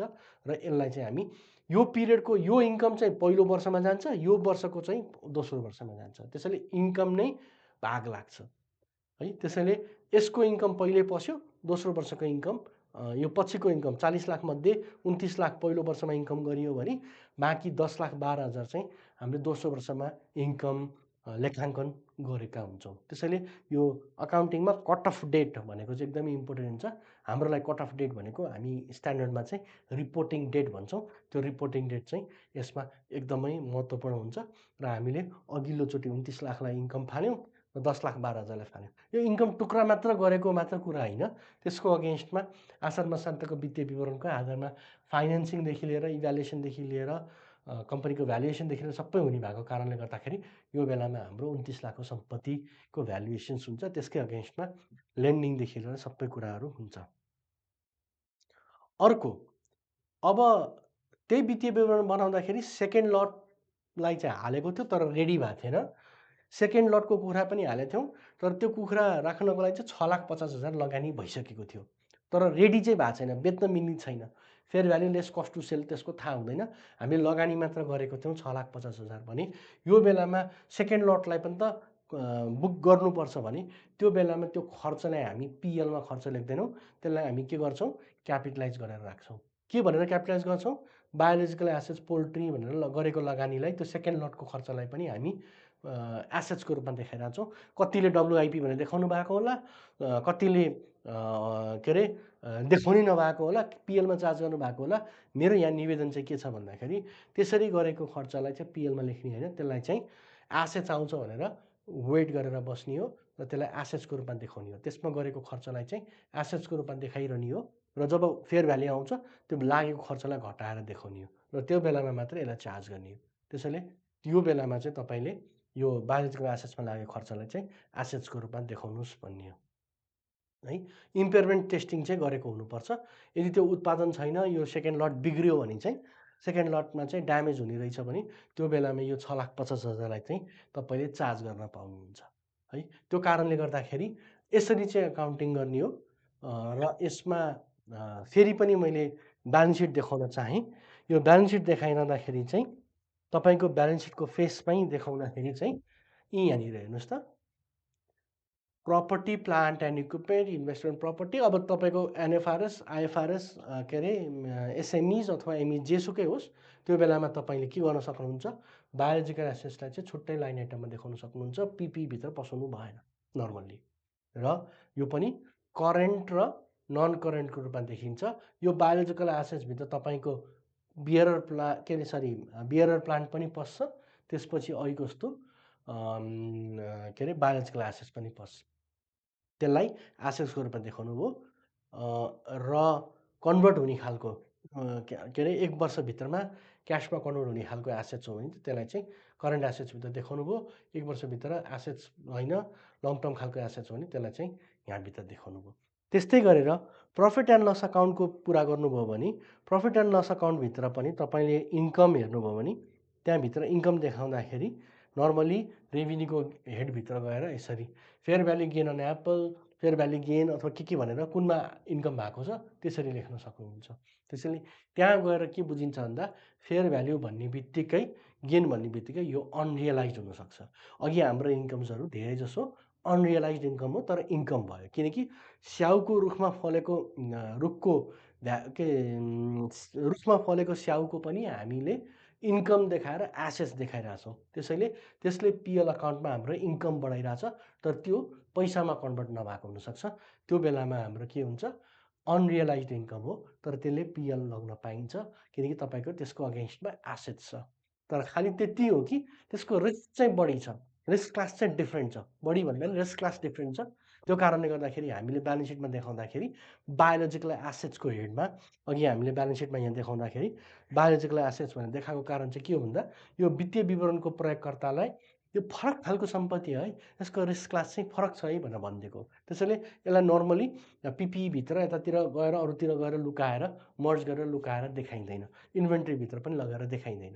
त्यसैले कतिपयको बुक्सहरू हेरियो भने कुखुराको प्यारेन्टलाई पनि इन्भेन्ट्रीमा देखाएको देखिन्छ, जबकि त्यो नन करेन्ट टाइपको लङ टर्म खालको एसेट्स होला होइन।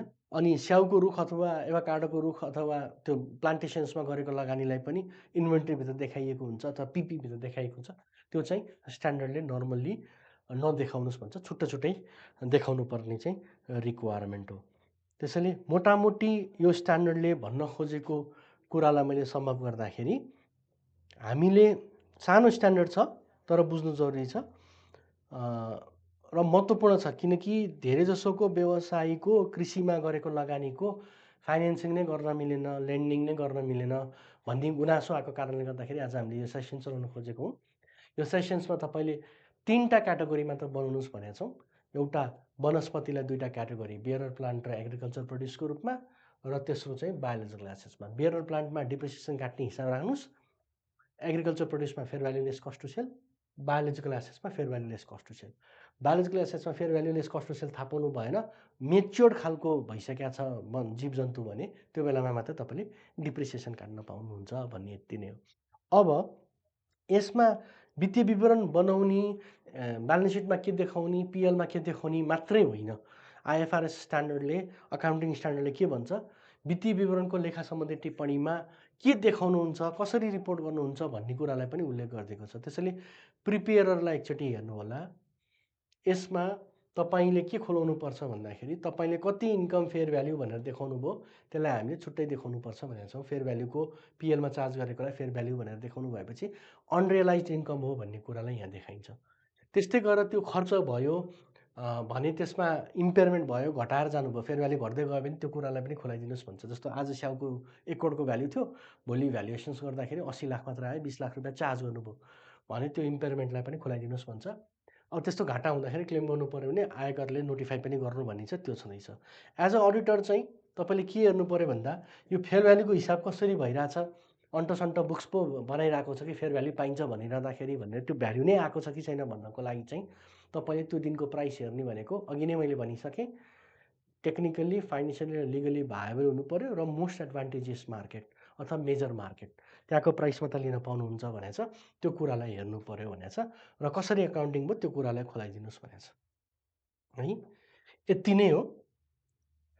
अब गभर्मेन्ट ग्रान्ट अन्तर्गत गरेको छ भने ग्रान्ट चाहिँ त्यो कन्डिसन फुलफिल भयो भने मात्र ग्रान्टको इन्कम देखाउनुहोस् भनेको छ। कन्डिसन फुलफिल भएको छैन भने ग्रान्टको कुरै आएन, ग्रान्टको अकाउन्टिङ भएर गभर्मेन्ट ग्रान्टको छुट्टै स्ट्यान्ड भएको भएर म यतातिर त्यसलाई कभर गरिनँ। त्यसैले मोटामोटी एग्रिकल्चरको स्ट्यान्डर्ड भनेको यति नै हो। बायोलोजिकल एसेट्सको एउटा कम्पोनेन्ट हो भने मेजर कम्पोनेन्ट अर्को चाहिँ एग्रिकल्चर प्रड्युस र के अरे बियरर प्लान्ट भन्ने छ। हाम्रो अकाउन्टिङ छुटिरहेको धेरै जसोको बियरर प्लान्ट भन्नेमा छ। त्यसैले अरू केही प्रश्नहरू छन् भने, यहाँ मलाई केही प्रश्नहरू आएको छन् भने म एकचोटि प्रश्न हेर्न चाहेँ। च्याट बक्समा केही प्रश्नहरू आएको छ, स्लाइड सेयर गरिदिनु भन्नुभएको छ, म यहाँ सेयर गरिदिउँला। साउनमा असिनाले सबै झारिदियो भने के गर्ने भन्नुभएको छ। अघि नै यहाँ इम्पेयरमेन्टको कुरा गरेको छु। तपाईँको उत्पादन भयो, भ्यालुएसन गरिसक्नुभयो, तर तपाईँको फलेको स्याउ चार्ज गर्नु पऱ्यो भने के गर्ने भनेको छ। स्ट्यान्डर्डले त्यसलाई कभर गरिदिइसकेको छ। यसमा चाहिँ तपाईँले चार्ज गरेर यसलाई इम्पेयरमेन्ट चार्ज गर्न पाउनुहुन्छ। अब फेयर भ्याल्यु भनेको ठाउँमा इम्पेयरमेन्ट चार्जै गर्नु पर्दैन, स्याउले झरिसकेपछि भ्याल्यु जेरो भयो, त्यसले गर्दाखेरि त्यो पहिला देखाएको एसेट चार्ज हुन्छ, त्यो ठुलो कुरै भएन है। रुखमा फलेको परिणाम कसरी निर्धारण गर्ने भनेको छ। त्यो तपाईँको यसमा एकदम एक्ज्याक्ट स्ट्यान्डर्ड लाउन सकिन्छ, नर्मल्ली अन्दाजको भरमा स्ट्यान्डर्ड गर्न सकिन्छ। त्यसले गर्दाखेरि ठ्याक्कै किलो जोख्नुपर्ने होइन। नर्मली यो बोटमा यति उत्पादन भएको छ भनेर जसले स्ट्यान्डर्ड दिनुभएको छ त्यो आधारमा पनि तपाईँले रेकर्ड गर्न सक्नुहुन्छ। हामीले अहिले अकाउन्टिङ गरिरहेको भनेको हाम्रो घरको स्याउको बोट अथवा के अरे हाम्रो व्यक्तिगत प्रयोजनको गरेको होइन, यो व्यावसायिक प्रयोजनको उत्पादनको हो। त्यसले गर्दाखेरि व्यावसायिक खेती गरिरहँदाखेरि मोटामोटी अन्दाज गर्न सकिने हुन्छ यो स्याउमा यति भएको छ भनेर। किनकि रियल लाइफमै हेर्नु हो भने पनि स्याउको परिणाम त्यो फलेको स्याउको आधारमा नै ठेकदार पहिले आएर उसले पैसा दिएको हुन्छ।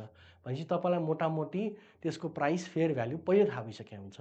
अघि मैले जोमसङकै उदाहरण दिँदाखेरि अथवा जुम्लाकै उदाहरण दिँदाखेरि पनि ठेकदार आएर स्याउ उत्पादनको यसो अनुमान गरेपछि उसले यति उत्पादन हुन्छ भनेर यति बोटको पैसा यति भनेर पहिले दिइसकेका हुन्छ भने त्यो आफै फेयर भ्याल्यु हो।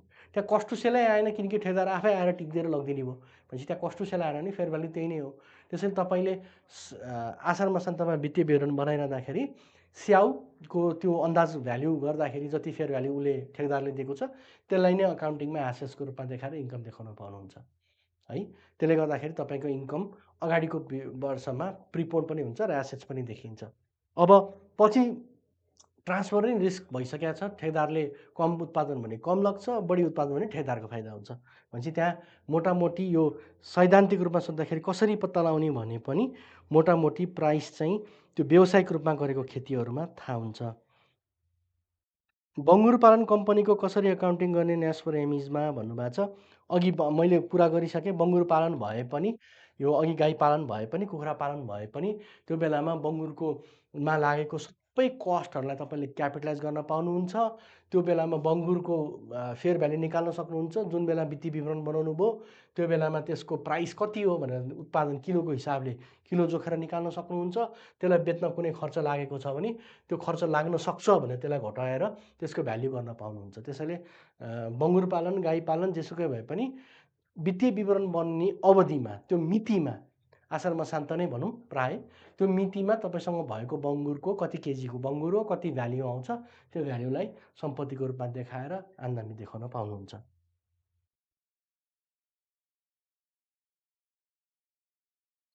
अर्को प्रश्न छ, सिटहरू माग्नु भएको छ थिएन। प्राइभेट कम्पनीले आफ्नो नेममा भएको लिजमा लिएको ल्यान्डमा फलफुल तरकारी खेती गरेर आएको इन्कम ट्याक्समा ट्याक्स लाग्छ कि लाग्दैन, लाग्छ भने कति लाग्छ भन्छ। इन्कम ट्याक्स लाग्छ। प्राइभेट कम्पनीले गरिसकेपछि खेती गरेर इन्कम आयो भने ट्याक्स त लागिहाल्छ। 20% ट्याक्स लाग्छ आएको हिसाबले। र यो सर्टेन छुटहरू पनि छ कुन कुन उत्पादनको के भनेर। त्यो फलफुलको आयकर ऐनको दफा 11मा त्यो व्यवस्था छ। तपाईँको कुन प्रकारको उत्पादन हो त्यो हेर्नु होला। त्यहाँ धेरै जसो उत्पादन हुन्छ छुटमा पनि पर्छ। त्यसले गर्दा एकचोटि उत्पादन चाहिँ हेर्नु होला कुन कुन हो। दफा 11मा लामै दिएको छ त्यो उपदफामा, त्यो कारणले गर्दा त्यो आइटम चाहिँ हेर्नु होला। अनि अडियो गरेर क्वेसन गर्न मिल्दैन सर भन्नुभएको छ। केही छ उपाय? मिल्दैन भन्नुभएको छ यहाँ हाम्रो अर्गनाइजरले, टेक्निकल प्रब्लम रहेछ। बङ्गुर फार्मको इन्भेन्ट्रीमा बङ्गुर भ्याल्यु र राखेको छ 80-81मा सम्म, यसलाई 2081मा कसरी छुटाउने न्यास फर इमेजमा भन्नुभएको छ। तपाईँले बङ्गुरको इन्भेन्ट्रीलाई इन्भेन्ट्री लेख्नु भएको छ भने इन्भेन्ट्रीबाट हटाइदिनुहोस् र बायोलोजिकल एसेट्स भनेर क्लासिफिकेसन गर्नुहोस्। भ्याल्यु जोखेर हिसाब गर्नुहोस् आसार मसान्तको। पहिला इन्भेन्ट्रीमा देखाउनु भएको छ भने तपाईँले पहिलाकोलाई पनि क्लास घटाएर इन्भेन्ट्रीबाट हटाएर पहिलाको करस्पोन्डिङ फिगर भन्छौँ पोहोरको वर्षको फिगरमा पनि तपाईँले बायोलोजिकल एसेट्स भनेर देखाउन पाउनुहुन्छ है। त्यसैले गर्दाखेरि त्यति गाह्रो छैन, त्यो खालि प्रेजेन्टेसन्सको मात्र कुरा हो। प्रेजेन्टेसन चेन्ज गर्न सक्नुहुन्छ। 80-81लाई पनि तपाईँले चेन्ज गरेर प्रेजेन्टेसन्समा इन्भेन्ट्रीबाट हटाएर बायोलोजिकल एसेट्स गर्नुहोस्। 81-82मा पनि बायोलोजिकल एसेट्स गर्नुहोस्। नोट्स टु अकाउन्टमा चाहिँ मेरो पोहोर इन्भेन्ट्रीमा यति भएकोमा अहिले त्यसलाई मैले बायोलोजिकल एसेट्स देखाएको छु भन्न सक्नुहुन्छ। त्यति हो। बियरर प्लान्टको केसमा फ्रुट बेयरिङ भइसक्यो, कमर्सियल प्रोडक्सन नि भइसक्यो। अब त्यसपछि त्यो प्लान्टमा हुने कस्ट, यो सबै कस्टलाई के गर्ने सर? एसेट्समा क्यापिटलाइज गर्ने कि इन्भेन्ट्रीको कस्टमा एड गर्ने र त्यसलाई भन्नुभएको छ। एकदम राम्रो क्वेसन सोध्नुभयो। अघिको क्वेसन्सकै कुरामा उत्पादन सुरु भयो। अघि हामीले यहाँ बियरर प्लान्टको कुरा गरिरहेको थियौँ, यहाँ पुगिसक्यौँ हामी। पहिलो 3 वर्ष कटेर पहिलो 3 वर्षसम्म त हामीले क्यापिटलाइज गऱ्यौँ। अब त्यसपछिको पछिल्लो 5 वर्ष उत्पादन गर्छ भने चाहिँ अब यो 5औँ वर्ष अथवा 6औँ वर्षतिर गएर चाहिँ तपाईँको खर्च आइरहेछ भने के गर्ने भन्नुभएको छ। तपाईँले त्यसलाई चाहिँ सबैलाई एसओपिएलमा खर्च लेखिदिने हो, प्रफिट एन्ड लस अकाउन्टमा खर्च लेख्दै जाने हो। किनकि यो सब्सिक्वेन्टमा त तपाईँको पिएलमा गेन कहाँबाट आउँछ? यो उत्पादनबाट आइहाल्छ। त्यसले गर्दाखेरि त्यो सबै कस्ट अफ सेल्समा जान्छ है। त्यसैले त्यसमा लागेको पानी हाल्ने, मल हाल्ने, त्यसपछिका पछिको खर्चहरू चाहिँ सबै खर्च लेख्न पाउनुहुन्छ। खर्च लेख्नुपर्छ। त्यसपछि नर्मल्ली भाद्र आश्विनमा हो। स्याउ बेच्ने नर्मली भाद्र आश्विनमा हो। ठेकदार पनि साउन भादोमा मात्रै आउँछ। असारमा एफपी कुन बेसिसमा लिन सकिएला भन्नुभएको छ। त्यो बेलामा चाहिँ तपाईँले अन्दाज गर्न सक्नुहुन्छ। आषाढ मसान्तमा चाहिँ तपाईँले अन्दाज गरेर यति उत्पादन भयो भन्नुभयो भने त्यस बेलाको मार्केट प्राइस हेरेर फेयर भ्याल्यु निकाल्न सक्नुहुन्छ। त्यसमा हार्ड एन्ड फास्ट त्यो भनेको छैन। अघि नै बेच्न सक्ने प्राइस हिसाब गर्नुहोस् भनेको छ।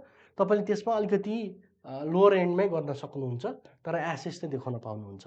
त्यसैले ठ्याक्कै त्यति नभए नि मेरो अन्दाजमा यति आउन सक्छ ठेकदार भनेर, अथवा यतिमा ठेक्का लाग्न सक्छ, यति उत्पादन भयो भनेर अन्दाज गरेर रेकर्ड राख्न सक्नुहुन्छ।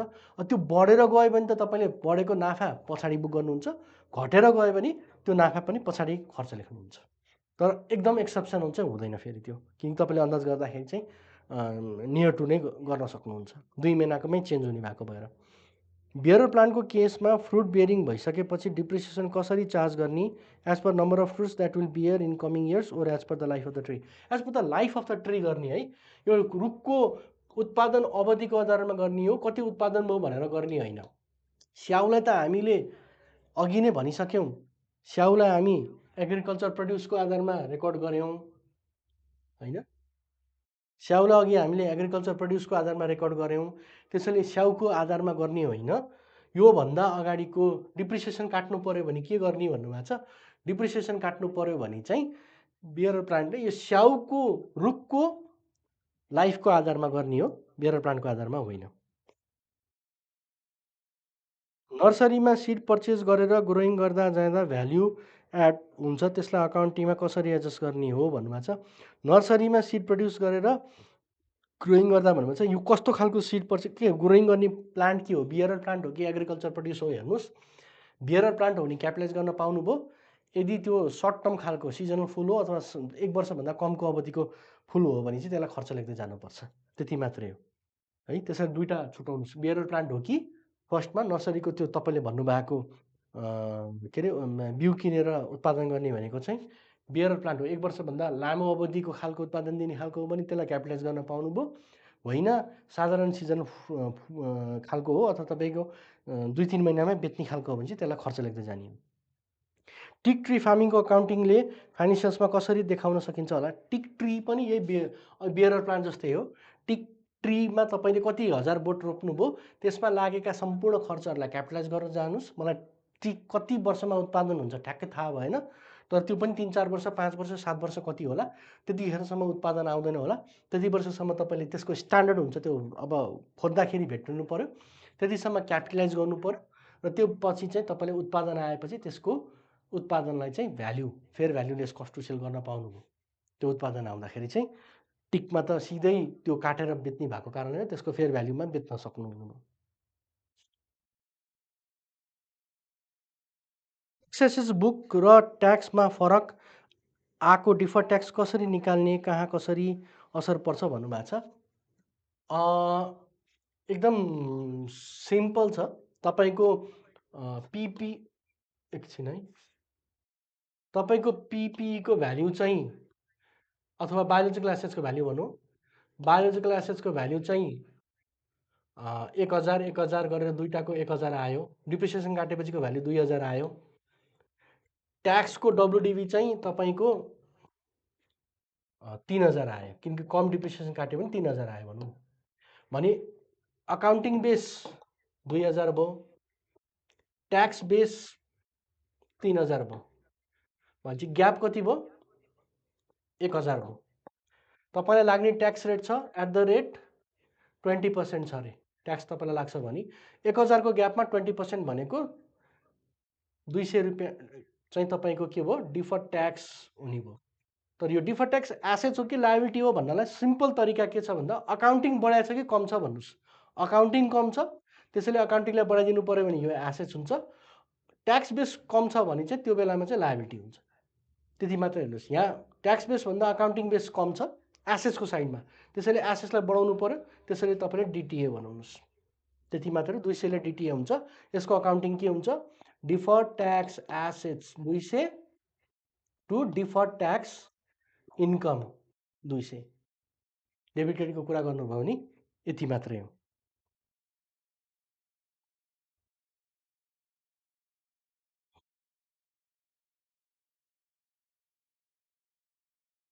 त्यसपछि बियरर प्लान्टको कस्ट क्यापिटलाइजेसनमा के क्यापिटलाइज गर्ने सर? पिपीको इनिसियल रिकग्निसन जस्तै all cost including making the assets ready to use जस्तै हो सर भन्नु चाहिँ ठ्याक्कै त्यही हो। त्यो सम्पत्तिमा भएको सबै तपाईँले क्यापिटलाइज गर्न सक्नुहुन्छ। इम्पेयरमेन्ट चाहिँ हेर्नु होला। गाईले मिल्क प्रड्युस गरेछ, यसको कसरी गर्ने? त्यो त fair valueless cost to sale हो। त्यसलाई मैले फेरि पनि भनिनँ। गाईले दुध उत्पादन गरे, आशा मसान्तको हिसाबमा राख्नुपर्छ भने fair valueless cost to sale हो। तर तपाईँले दिनदिनै गर्ने होइन नि त त्यो। त्यो त अरू बेलामा त तपाईँले बेचेर प्राइस निकाल्नुहुन्छ। वित्तीय विवरण भनेको आसार मसान्तमा हो। अरू बेलामा तपाईँले बेच्दै ल्याएर प्राइस थाहा पाइहाल्नुहुन्छ। आसार मसान्तमा तपाईँले इन्भेन्ट्री देखाउनु पर्यो।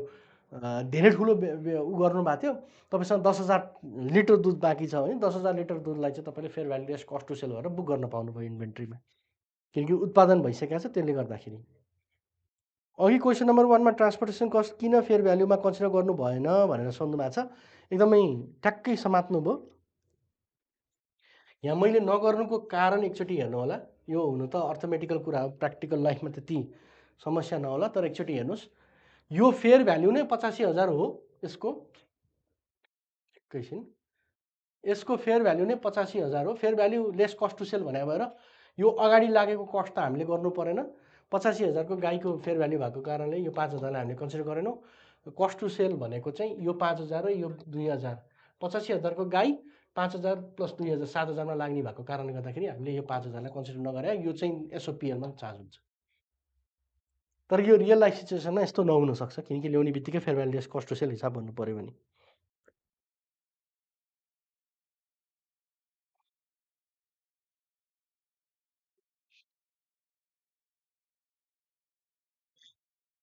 आजको मितिमा 10,000 प्यारेन्ट्स सल्लाह हाल्दा आजको मितिमा 6 मन्थमा 1 दिन दिन्छ र त्यो चल्लाको एज 2 इयर्स हुन्छ भने कसरी अकाउन्टिङ गर्ने सर? 2 वर्षपछि त्यो चल्लालाई एउटाको 300मा बेच्नु सकिन्छ भने भनेर भन्नुभएको छ। तपाईँको आफैले फेयर भ्याल्यु भनिसक्नु भएको छ। बायोलोजिकल एसेट्स भने त fair value less cost to sell गर्ने हो। तपाईँले कहिले कहिले वित्तीय विवरण बनाउनुहुन्छ, त्यो बेलामा तपाईँको त्यसको चल्लाको वेट हेर्नुहोस्। वेट हेरेर तपाईँले फेयर भ्याल्यु यहाँ लेख्नु भएको छ, त्यही अनुसारको लेस कस्ट टु सेल गरेर हिसाब राख्न सक्नुहुन्छ।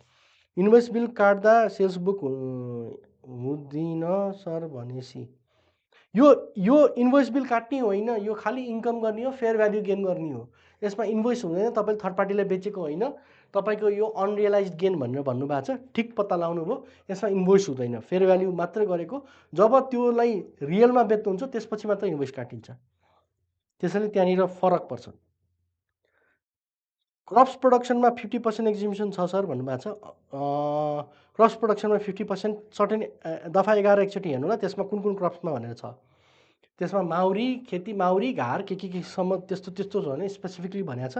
त्यही भएर मैले कुनमा भनेर भन्न सकिनँ। Fair value gain on initial subsequent रिकग्निसनमा ट्याक्सेसन पर्सपेक्टिभले भनिदिनु न सर भन्नुभएको छ। Fair value gain on initial र सब्सिक्वेन्ट रिकग्निसनमा ट्याक्सेसन पर्सपेक्टिभले खासै छुट दिएको छैन। यदि तपाईँको संस्थालाई फेयर भ्याल्यु गेन आएको छ भने अनरियलाइज भने रियलाइज भए पनि यो बेलामा तपाईँले इन्भेन्ट्री देखाउनु भएको भएर गेनमा लाग्छ।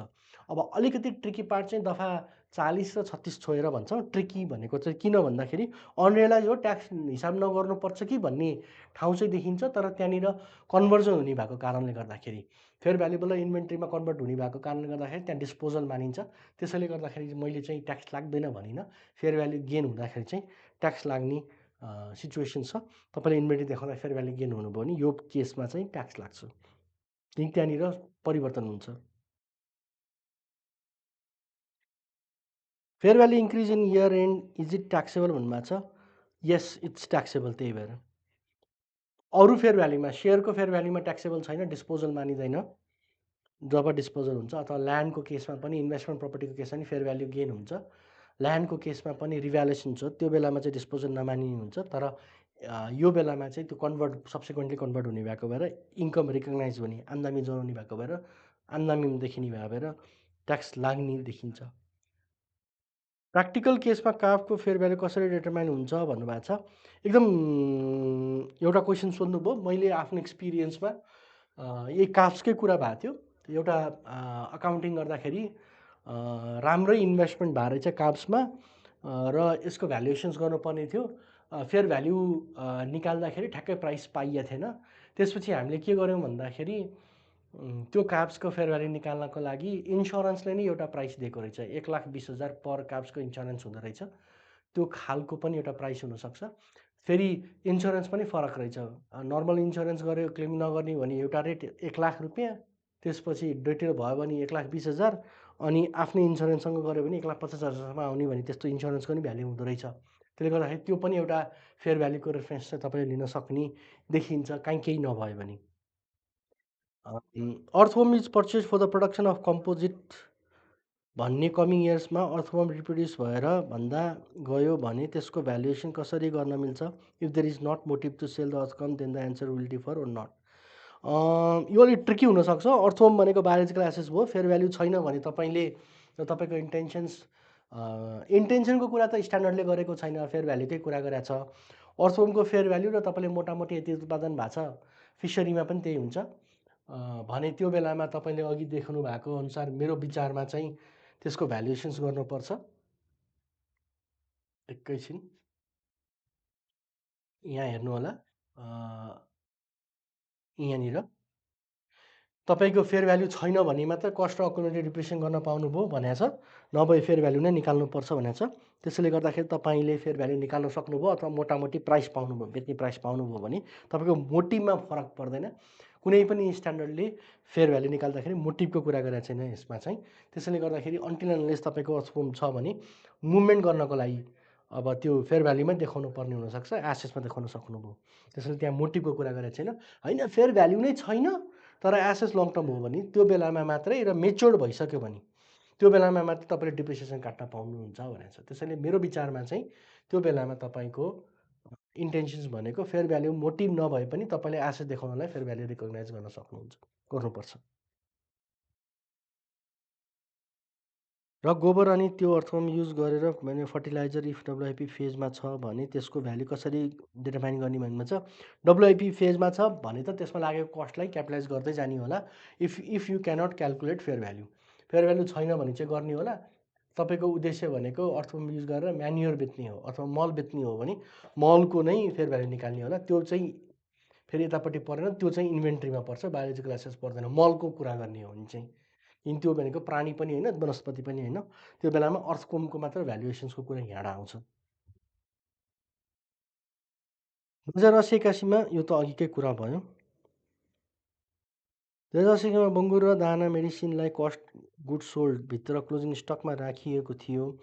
अब छुट्याउँदा 80-81मा प्रफिटमा फरक पर्छ। यसलाई कसरी गर्ने भन्छ?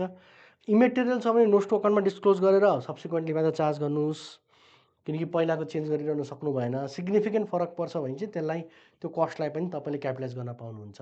भन्नको मतलब मैले के भन्न खोजेको भन्दा तपाईँको पहिलाको अकाउन्टिङमा क्यापिटलाइज गर्नुपर्ने आइटम पिएलमा खर्च लेखेको छ। सानसानो खर्च हो भने छोडिदिनुहोस्, तर होइन वित्तीय विवरणमा ठुलै प्रभाव पार्छ भने चाहिँ तपाईँले त्यसलाई रिक्लासिफिकेसन, रिमेजरमेन्ट अथवा रेट्रोस्पेक्टिभ एडजस्टमेन्ट्स गर्न पाउनुहुन्छ। अङ्ग्रेजीमा भन्दाखेरि त्यो भनेको पोहोरको वर्षकै वित्तीय विवरणमा पिएलमा खर्च लेखेको कुरालाई एसेस देखाएर चेन्ज गर्न पाउनुहुन्छ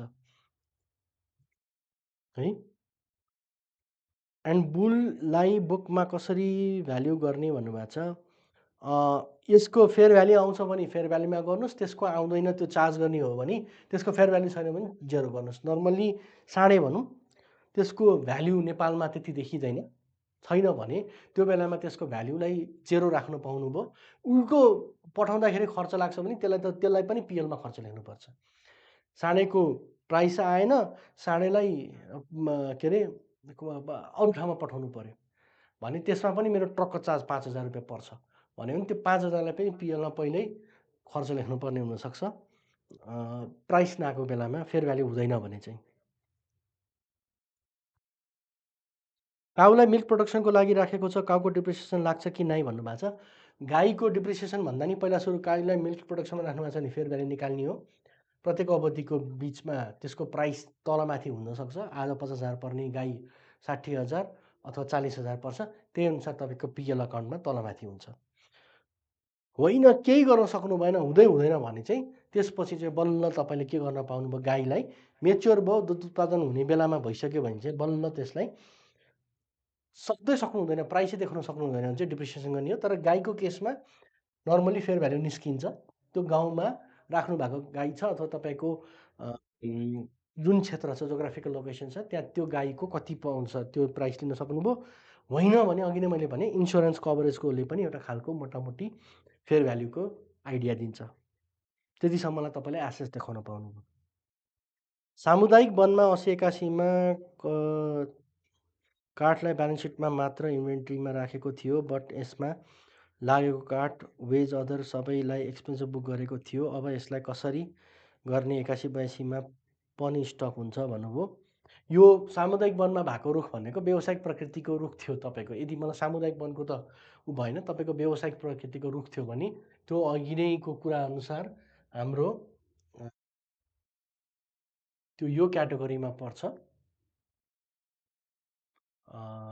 बियरर प्लान्टको अन्तर्गतमा पर्छ। बियरर प्लान्टको अन्तर्गतमा कुन खालको रुख हो? रुखको भ्याल्युमा सबैलाई क्यापिटलाइज गरेर तपाईँले fair value less cost to sell देखाउन सक्नुहुन्छ। होइन, रुखको उत्पादनमा लागेको सम्पूर्ण खर्चलाई क्यापिटलाइज गर्दै जान पाउनुहुन्छ है। र त्यसपछि कति, अब तपाईँले त्यो रुखलाई त क्यापिटलाइज गर्दै जानुभयो, अब त्यो रुख काट्ने बेलामा भइसक्यो भने बियरर प्लान्ट भइसकेको, बियरर प्लान्ट नभएर त्यो एग्रिकल्चर प्रड्युस हुनसक्छ। त्यो बेलासम्म तपाईँले खर्चको रूपमा क्यापिटलाइज गर्दै जानु पर्नुभयो। त्यसपछि उत्पादन काट्ने बेलामा भइसक्यो भने त्यो बेलामा यताबाट त्यो एग्रिकल्चर प्रड्युसमा मुभ भएको हुनसक्छ। त्यो बेलामा तपाईँले त्यसलाई फेयर भ्याल्युमा जान सक्ने हुनु। त्यसैले तपाईँले जङ्गलको छुट्याउनु पर्यो, कति रुख बियरर प्लान्टको रूपमा छ, कति रुख एग्रिकल्चर प्रड्युसको रूपमा छ। त्यो दुइटाको क्याटेगोरी छुट्याएर गर्न सक्नुहुन्छ अकाउन्टिङ।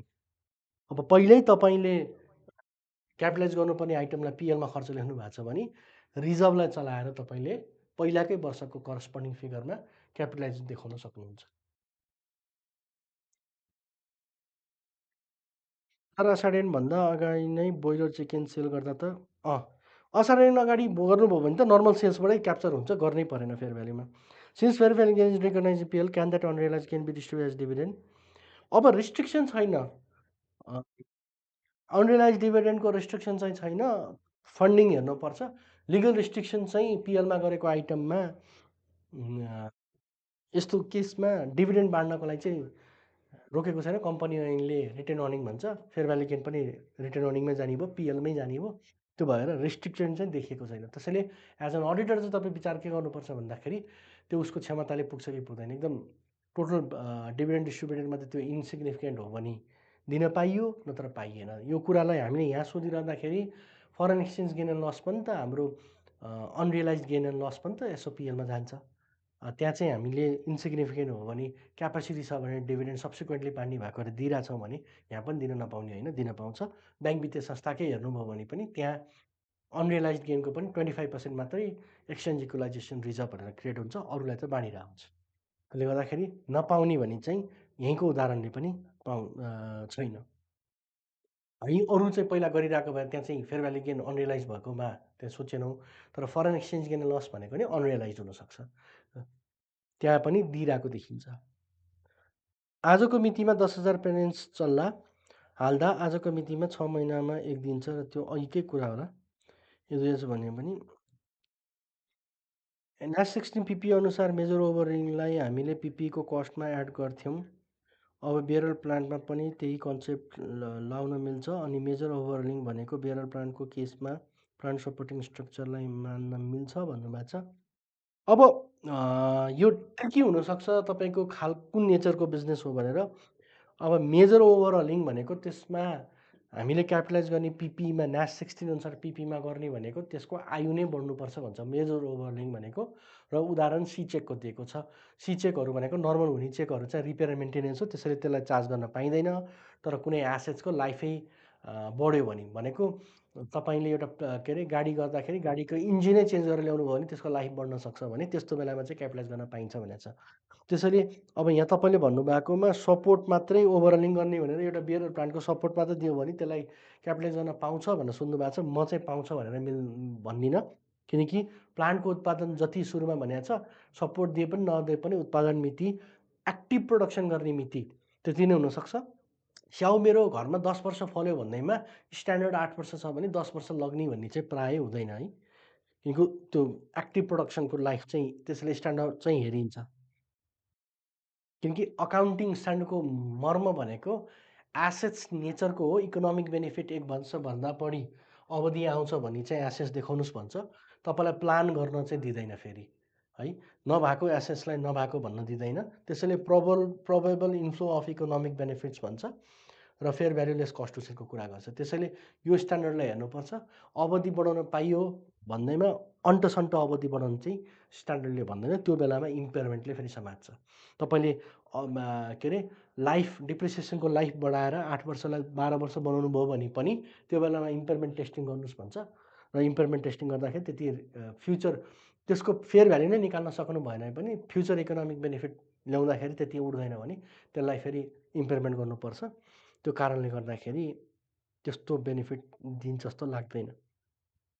सामुदायिक वनमा रुख काट्दा वेज अदर एक्सपेन्सेस 2 लाख लाग्यो सर, पनि इन्डिङमा स्टक नै छ, अब यसलाई कसरी काटेर रुख काट्दाखेरि 2 लाख लाग्यो के भन्नुभएको छ त्यो सबैको इन्भेन्ट्री भ्यालुएसनमा आउँछ। तपाईँले रुख काट्दाखेरि लागेको कस्टहरू सबै चार्ज गरेर इन्भेन्ट्रीमा देखाउनुहुन्छ, इन्भेन्ट्रीको कस्टमा चार्ज हुन्छ त्यो। तर इन्भेन्ट्रीको कस्ट भनेको चाहिँ फेरि कस्टिङ गर्ने भनेको चाहिँ fair value market value less net realisable value भनिन्छ इन्भेन्ट्रीको भ्यालुएसनमा। त्यसैले तपाईँ जति खर्च गर्नुभयो रुख काट्दा जति खर्च लागे पनि त्यो इन्भेन्ट्री कतिमा बेच्न पाउनुहुन्छ त्यो भ्याल्यु हेर्नुपर्छ। त्यो रुखको भ्याल्यु तपाईँको लागेको खर्चभन्दा कम उठ्छ भने कममा भ्यालुएसन गर्नु पऱ्यो। लागेको खर्चभन्दा बढीमा उठ्छ भने त्यो लागेको खर्च मात्रै त्यहाँ इन्भेन्ट्रीको रूपमा देखाउन पाउनुभयो। यसको मतलब के हो भन्दा तपाईँले त्यो रुखमा लागेको जति जति लगानी गर्नुभएको छ काट्दाखेरि लागेको खर्चलाई पनि क्यापिटलाइज गरेर राख्नुभएको हुन्छ। त्यो चाहिँ 1 करोड रुपियाँ आयो अरे भने 1 करोड रुपियाँमा भ्यालुएसन गरेर पाउनुभयो। यदि तपाईँको त्यो रुख 1 करोड अथवा 2 करोड अथवा 1 करोडभन्दा माथि बिक्छ भने। तर 80 लाख मात्र बिक्छ भने 80 लाखमा मात्र बिक्छ त्यो रुख भने चाहिँ त्यो काठ भने चाहिँ त्यो बेलामा 80 लाखमा मात्र भ्यालुएसन गर्नुपर्छ। 20 लाख रुपियाँ चाहिँ तपाईँले एसओपिएलमा चार्ज गर्नुहुन्छ इम्पेयरमेन्ट भनेर। प्रोडक्सन ओभरहेड भन्नुभएको छ। यहाँ प्रोडक्सन ओभरहेड भनेको यो एग्रिकल्चर प्रोड्युसमा सबै लागेको खर्चहरू सबै चार्ज गर्ने भन्ने हो। इन्भेन्ट्रीको रूपमा चार्ज हुन्छ। फेयर भ्याल्यु इन्कमलाई पहिले बुक गरेपछि पछि त्यो बेच्दा सेल्स बिल इस्यु गर्दा त्यसको ट्रिटमेन्ट के हुन्छ भन्नुभएको छ। अघि मैले एक्सेलमा उदाहरण पनि दिएको थिएँ। तपाईँले फेयर भ्याल्यु गेनमा बुक गर्नुभयो। उदाहरणको लागि फेयर भ्याल्यु गेनमा 2,97,000 यही उदाहरणमा छ।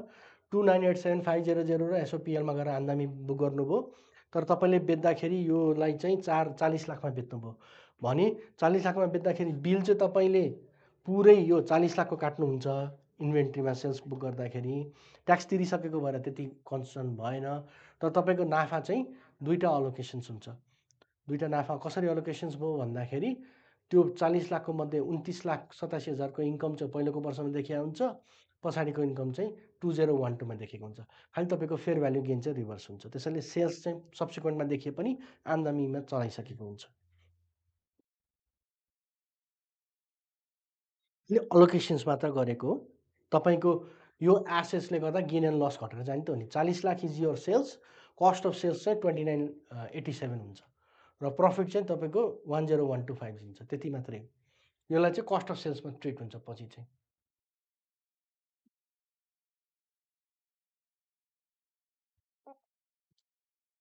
बायोलोजिकल एसेसमा देखाए एज इन्भेन्ट्री देखायो इन अडिटेड फाइनेन्सियलमा फुल अडिटमा के प्रब्लम। बायोलोजिकल एसेसमा देखाए एज इन्भेन्ट्री भने फुल अडिटमा त त्यति कन्सर्न होइन। तर स्ट्यान्डर्ड अनुसार चाहिँ त्यो गलत हो इन्भेन्ट्रीमा देखाउँदाखेरि भन्ने हो माउलाई अथवा तपाईँको उसलाई। किनकि भ्यालुएसन त ट्याक्सको लागि त दुइटै एउटै हुनसक्छ। इन्भेन्ट्रीमा देखाए पनि बायोलोजिकल एसेसमा पनि। तर नर्मली स्ट्यान्डर्ड अनुसार गर्नुपर्ने बायोलोजिकल एसेस हो। त्यसैले इन्भेन्ट्रीमा नदेखाउनु होला भनेको। न्यास फर एनपिओजमा डिफर ट्याक्स निकाल्दा हुँदैन भन्नुहुन्छ। निकाल्न पाइन्छ। न्यास फर एनपिओजमा त डिफर ट्याक्सको क्यालकुलेसनै छ, पाइन्छ। यदि त्यो संस्थालाई ट्याक्स लाग्छ भने, एनपिओजलाई ट्याक्स लाग्छ भने। For investment company gain on shares fair value through एसओपिएलमा ट्याक्स लाग्छ कि लाग्दैन? लाग्दैन। एसओपिएल इन्भेस्टमेन्ट कम्पनीले फेयर भ्यालु थ्रु एसओपिएल भयो भने पनि ट्याक्स लाग्दैन, डिस्पोजल मानिँदैन त्यो बेलामा। बिल कच्चरी सेल्स बुक भयो आषाढ एन्डमा भ्यालुएसनमा फेयर भ्यालु गेन र लस देखाउने हो सर भन्नुहुन्छ। बिल कच्चरी सेल्स बुक भयो, मैले यहाँ अझ क्वेसन बुझिनँ, तर मैले यही उदाहरणले देखाइदिएँ। यो बेलामा तपाईँले पोल्ट्रीलाई 29 लाख बुक गर्नुभयो र पिएलमा फेयर भ्यालु गेन भनेर 29 लाख देखाउनु भने चाहिँ नाफा 29 लाख यहाँ गयो। बेच्नुहुन्छ कति? सब्सिक्वेन्ट पिरियडमा भनेको अर्को वर्ष 40 लाखमा बेच्नुहुन्छ। सेल्स देखिन्छ अर्को वर्ष 40 लाख कति कसरी देखिन्छ भन्दा सेल्स देखियो 40 लाख, एनपिआर है, एनआरएस 40 लाख देखियो।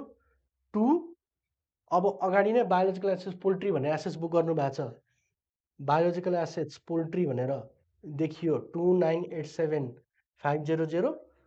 टु गेन भनेर चाहिँ जम्मा नाफा देखियो कति? यो माइनस यो भनेको 10,12,500 बिक्री हुँदाखेरि। त्यसैले सेल्स 40 लाख सब्सिक्वेन्टमा देखाए पनि प्रफिट देखियो 10,12,500 मात्रै। यो 40 लाखको बाँकी प्रफिट त पहिल्यै गइसकेको छ 29,87,000 बिक्री देखाइयो।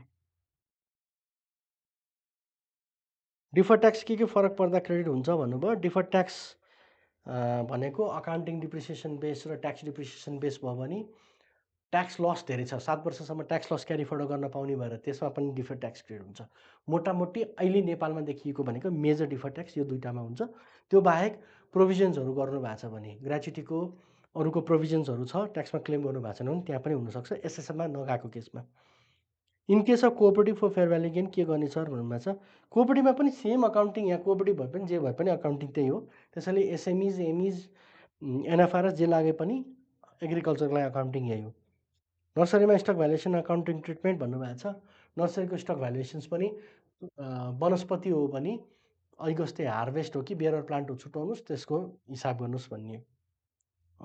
सिट सेयर गरिदिन मिल्छ भन्नुभएको छ। म मिल्ने जति सेयर गरिदिन्छु यो एग्रिकल्चरको। मोटामोटी यति नै क्वेसन छन् यहाँको प्रश्नहरू। अब एउटा क्युएनए भित्र पनि छ कि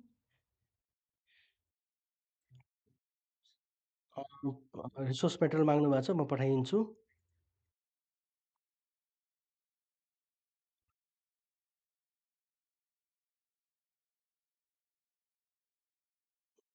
इम्पेयरमेन्ट कस्ट एप्पल ट्रीको ग्रस कस्टमा लेस गरेर डिप्रेसन चार्ज गर्ने कि आफ्टर इम्पेयरमेन्टको कस्टमा डिप्रेसन चार्ज गर्ने भन्नुभएको छ। तपाईँले अगाडि गर्नुभयो नि पछाडि गर्नुभए पनि अकाउन्टिङको यो नवराजीले सोध्नु भएको छ, यहाँ नाम देखिएको छ। उहाँले के सोध्नु भएको छ भन्दाखेरि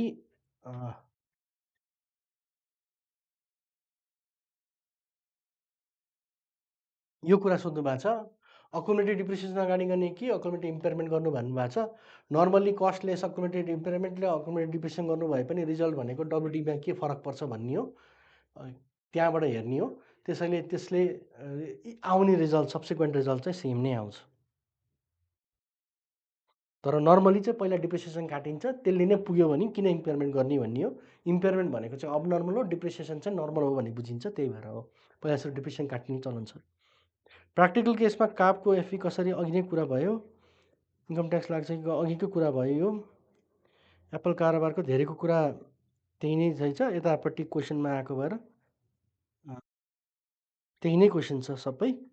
त्यसले गर्दाखेरि कुनै केही छुटेको छ भने भन्नु होला, नत्र उता क्युएनएमा आएको क्वेसन र यताको आएको क्वेसन्सहरू सबै यही छ। त्यसैले मोटामोटी यो स्ट्यान्डर्ड चाहिँ अलिकति ब्याङ्किङ प्रयोजन भन्छु म चाहिँ, त्यो हिसाबले पनि प्र्याक्टिकल स्ट्यान्डर्ड्स हो जस्तो लाग्छ। यो स्ट्यान्डर्डको प्रयोग चाहिँ एकदमै क्याजुअल्ली भएको सानो संस्थाहरूले नै प्रायः यो कृषिमा काम गरिरहेको संस्थाहरू, धेरै जसो संस्थाहरू चाहिँ साना संस्था नै भएको कारणले गर्दाखेरि पनि त्यति यो ध्यान नदिएको भएको कारणले गर्दाखेरि ब्याङ्कसँगै कुरा गर्दाखेरि पनि अथवा यो क्षेत्रमा काम गर्ने ब्याङ्कहरूको पनि गुनासो यसमा भएको कारणले गर्दाखेरि हामीले यो राख्न खोजेका हौँ, जसले गर्दाखेरि चाहिँ अलिकति वित्तीय विवरण पनि यहाँहरूको लागि लगानी योग्य होस् संस्थाको लागि भन्ने हो। वित्तीय विवरणको मेन प्रयोग, स्ट्यान्डर्डको मेन प्रयोग भनेकै इन्भेस्टर्स फ्रेन्डली होस्, इन्भेस्टर्सलाई सहयोग होस् भनेको कारणले गर्दाखेरि धेरै बुक पनि कुक नहोस् भन्ने उद्देश्य हो। त्यो कारणले गर्दाखेरि यो स्ट्यान्डर्डलाई यो 3टा सिम्पल स्ट्यान्डर्डको रूपमा हेर्नुहोला र तपाईँले बियरर प्लान्ट, एग्रिकल्चर प्रोड्युस र बायोलोजिकल एसेट्सको रूपमा क्लासिफिकेसन्स गर्नुहोला भन्ने नै छ। मैले यहाँ मेरो यहाँको अथोरिटीको थ्रुबाट यो मेरो पिपिटी स्लाइड सेयर गरिदिन्छु। यहाँहरूको एक्सेसहरू कसरी सेयर गर्नुहुन्छ उहाँलाई कन्ट्याक्ट गरेर यो लिन सक्नुहुन्छ। र मोटामोटी यो कृषि स्ट्यान्डर्डको नाम नै एग्रिकल्चर छ, NAS 41 यो यति नै छ। त्यसले गर्दाखेरि मैले यहाँहरूको समयको लागि धन्यवाद दिँदै फेरि फर्दर केही क्वेसन भए फेरि पनि बस्ने वाचा गर्दै यहीँ बिदा हुन चाहेँ। धन्यवाद।